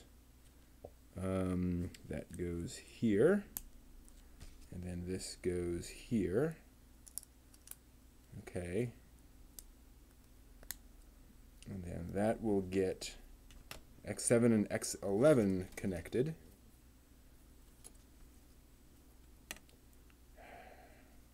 So like I was saying, this will be the last Kitbash for a little while, as I take a break from Kitbash and think about things and figure out the right new model kits to assemble and actually Kitbash.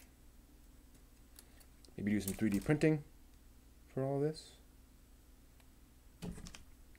3D print some stuff. I actually tried 3D printing a few pieces, but it did not turn out the way I wanted to. So I've got to reevaluate that. Try a few more things. Alright, so these get plugged together. Just straight up.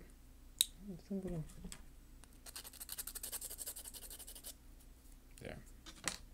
And then Y1. Oh, Y.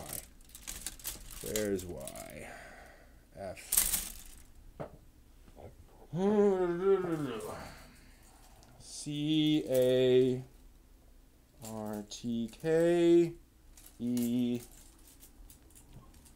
I feel like a moron saying all these weird words.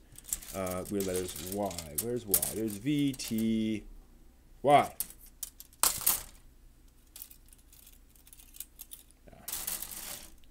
Y1. Yep, there they are.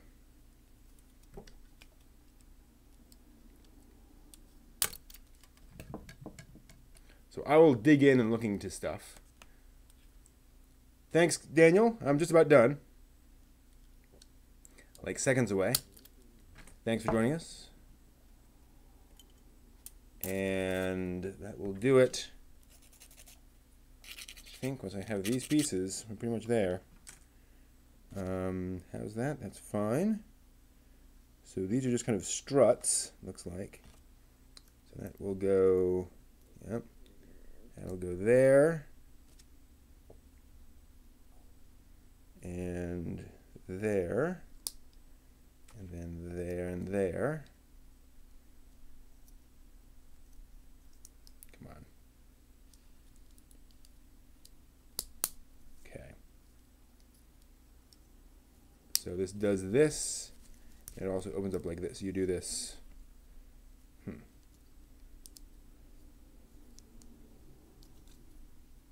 Okay. Gotcha. Then this.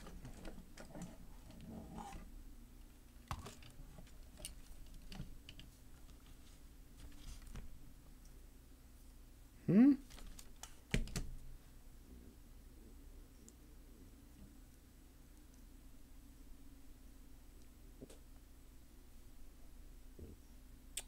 it's supposed to go on one side, but I cannot tell where it's supposed to plug in. Like there is no reasonable. Oh, there's another piece. F34. F34. All right. How does this work? I think there's one more thing. This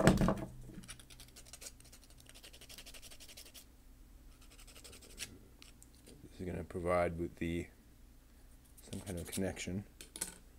So there's, oh, right. We have these things on the side that already do this. So these iris out. Yeah, those iris open, ideally. We can get them right. Okay. So that iris is open.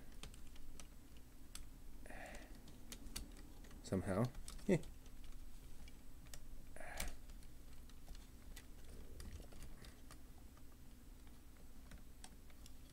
And then that is the connection. So then this goes like this, and this plugs in there, and then you can have the sword sort of sheaths in here. So kind of like up like that. So the sword would go like that. Gotcha. But we don't have that. So that will go off to the side. That will get reattached. You can do that on both sides. Cool. Okay. Got it. All right. I want to show you how to do the shield. Let's see how to do the shield. So let's go ahead and give him a connection here. So oh, golly. There we go. Do we want? That's how that's supposed to be like this, right? I mean, what's... Nope, supposed to be like that. All right, like this and then like that. Okay. So this. You say we're supposed to be able to pop off one side. Yep. This thing here pops open, sure enough. And then we can, so this goes here. you swivel it. You swivel the whole thing around. Okay. And then you spin this, and you attach it in here. Okay. And then do you... Yeah, it's not going to reattach. How does that... But then are you supposed to be able to... So you can do that, I guess. That is a shield on the side. It's just kind of awkwardly connected. Unless we can rotate that. No, we can't. Maybe we're supposed to do it like this. It seems to me you just keep that here, and then... Oh, but you can't because there's no space. Okay, gotcha. See, I would do it like this, and then have it here, so it's more forward. Yeah, that works. Okay, so there's that. Grab the gun. And see how easy this is to do. But wait, this is left-handed. Oh! Suppose so we should have these on both sides. Yep, good. Okay. This pops up. Whoop. Yeah. Trying to have it fall off. So again, we spin it. So maybe that is showing on the... so yeah, so we want this here. So that's there. Yeah, that is attaching to the left side. So that is correct. What they were showing was correct. I was backwards myself. Okay. So that gets pushed in there. So we have our shield. And then we have our gun. So presumably it would be more or less like this, with the trigger finger in like this. Can we... Whoa! There goes a finger. Battle damage. Just me, or has that finger been doing that a lot? Yep, it's that finger. Okay. Ha! Man. Okay. So let me just be very careful with that. No, it doesn't. Okay, what's happening is one of the joints on the finger is very stiff. So as soon as I try to move it, there we go. Okay, I just needed to, I think, now that I've calmed that down, that's going to fit. I can get it back into the ball. Okay. And then now can I, yeah, okay. Now I can pull these over. Move those joints. I've got the trigger finger. I've got the thumb wrapped around. Yeah, pop right off. Okay, fair enough. Whoa, and there goes the ring finger. Actually, let me. Okay, yeah, same thing. I just need to exercise that joint. All right, and that's happier. Okay, let me. Yeah, we got the same problem. Okay, that's there. That's there. Okay, yeah. Just need to exercise those joints a bit. Good to know. Exercise your joints on your mecha. Doesn't help that my fingers are a little sweaty. Thanks. Yeah, almost done. So that should be here. This finger should be here. These should be wrapping around like this. Yeah, this feels much stronger now. And then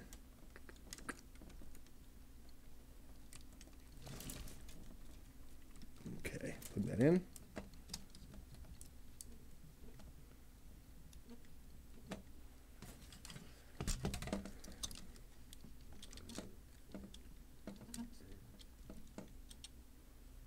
All right, not bad. So let's try something here.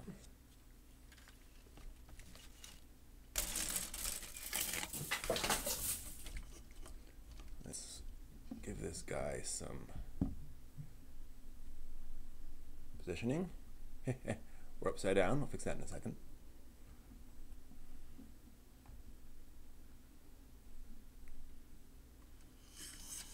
Come up a bit, maybe.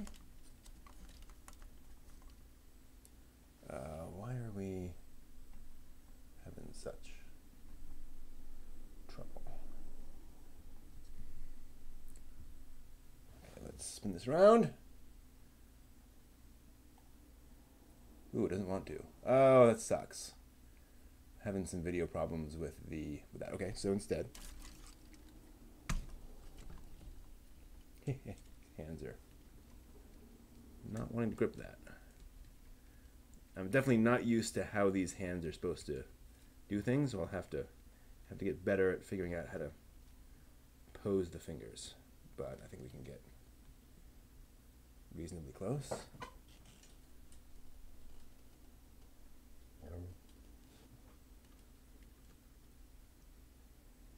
And we will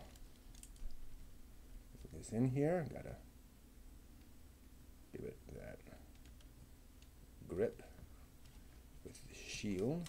Ah, right. It can hold the shield. That's cool. Yeah, it's having problems with the grip there. I need to exercise those joints as well. I think I can hold it up enough. All right. Nice. Got some. Might be worth picking up some of those spare model kits. Okay. Oh.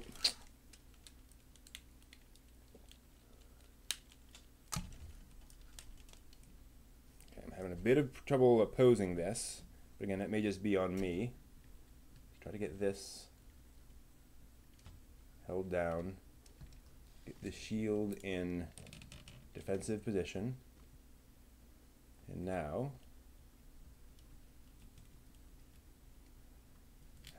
let's see how hard this is going to be.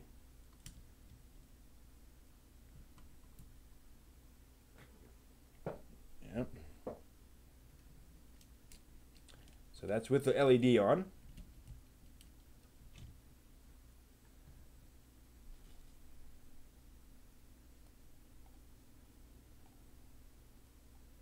Ladies and gentlemen,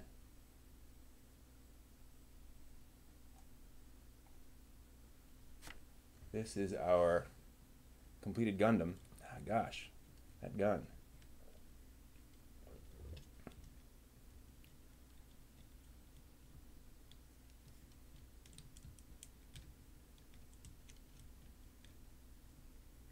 Yeah, just falling right out of the grip. That's interesting. Perhaps it's meant to be held. I think it's meant to be like a two-handed gun.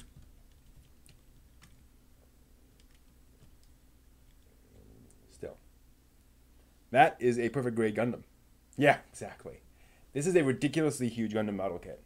I mean, you can see these are my hands, and this is how big this model kit is. It's absolutely huge.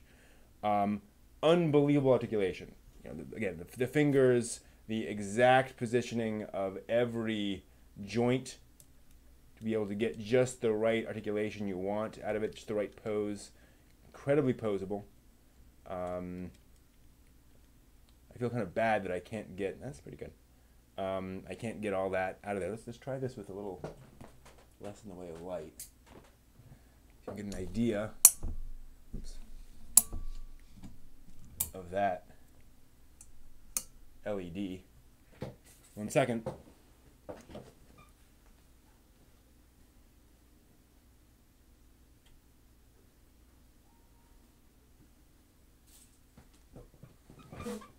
Yeah. That is a Gundam. Zoom in a little bit more on that. So yeah, this is the perfect grade red Astray. It is pretty much the Gundam you're looking for, you know, in terms of detail, in terms of elements, in terms of all the stuff you'd want out of a Gundam model kit. It'll just set you back, you know, 150 bucks, whatever, something like that. But if you like Gundam, if you like these sorts of things, this is what you're going to want. It's pretty darn cool. Pretty darn cool. All right, thank you all very much for following me. We will be back with more of Kitbash at some other time. And that'll do it for this season. Thank you all for following. And we'll have more Gundams coming. See y'all. Take care. Bye.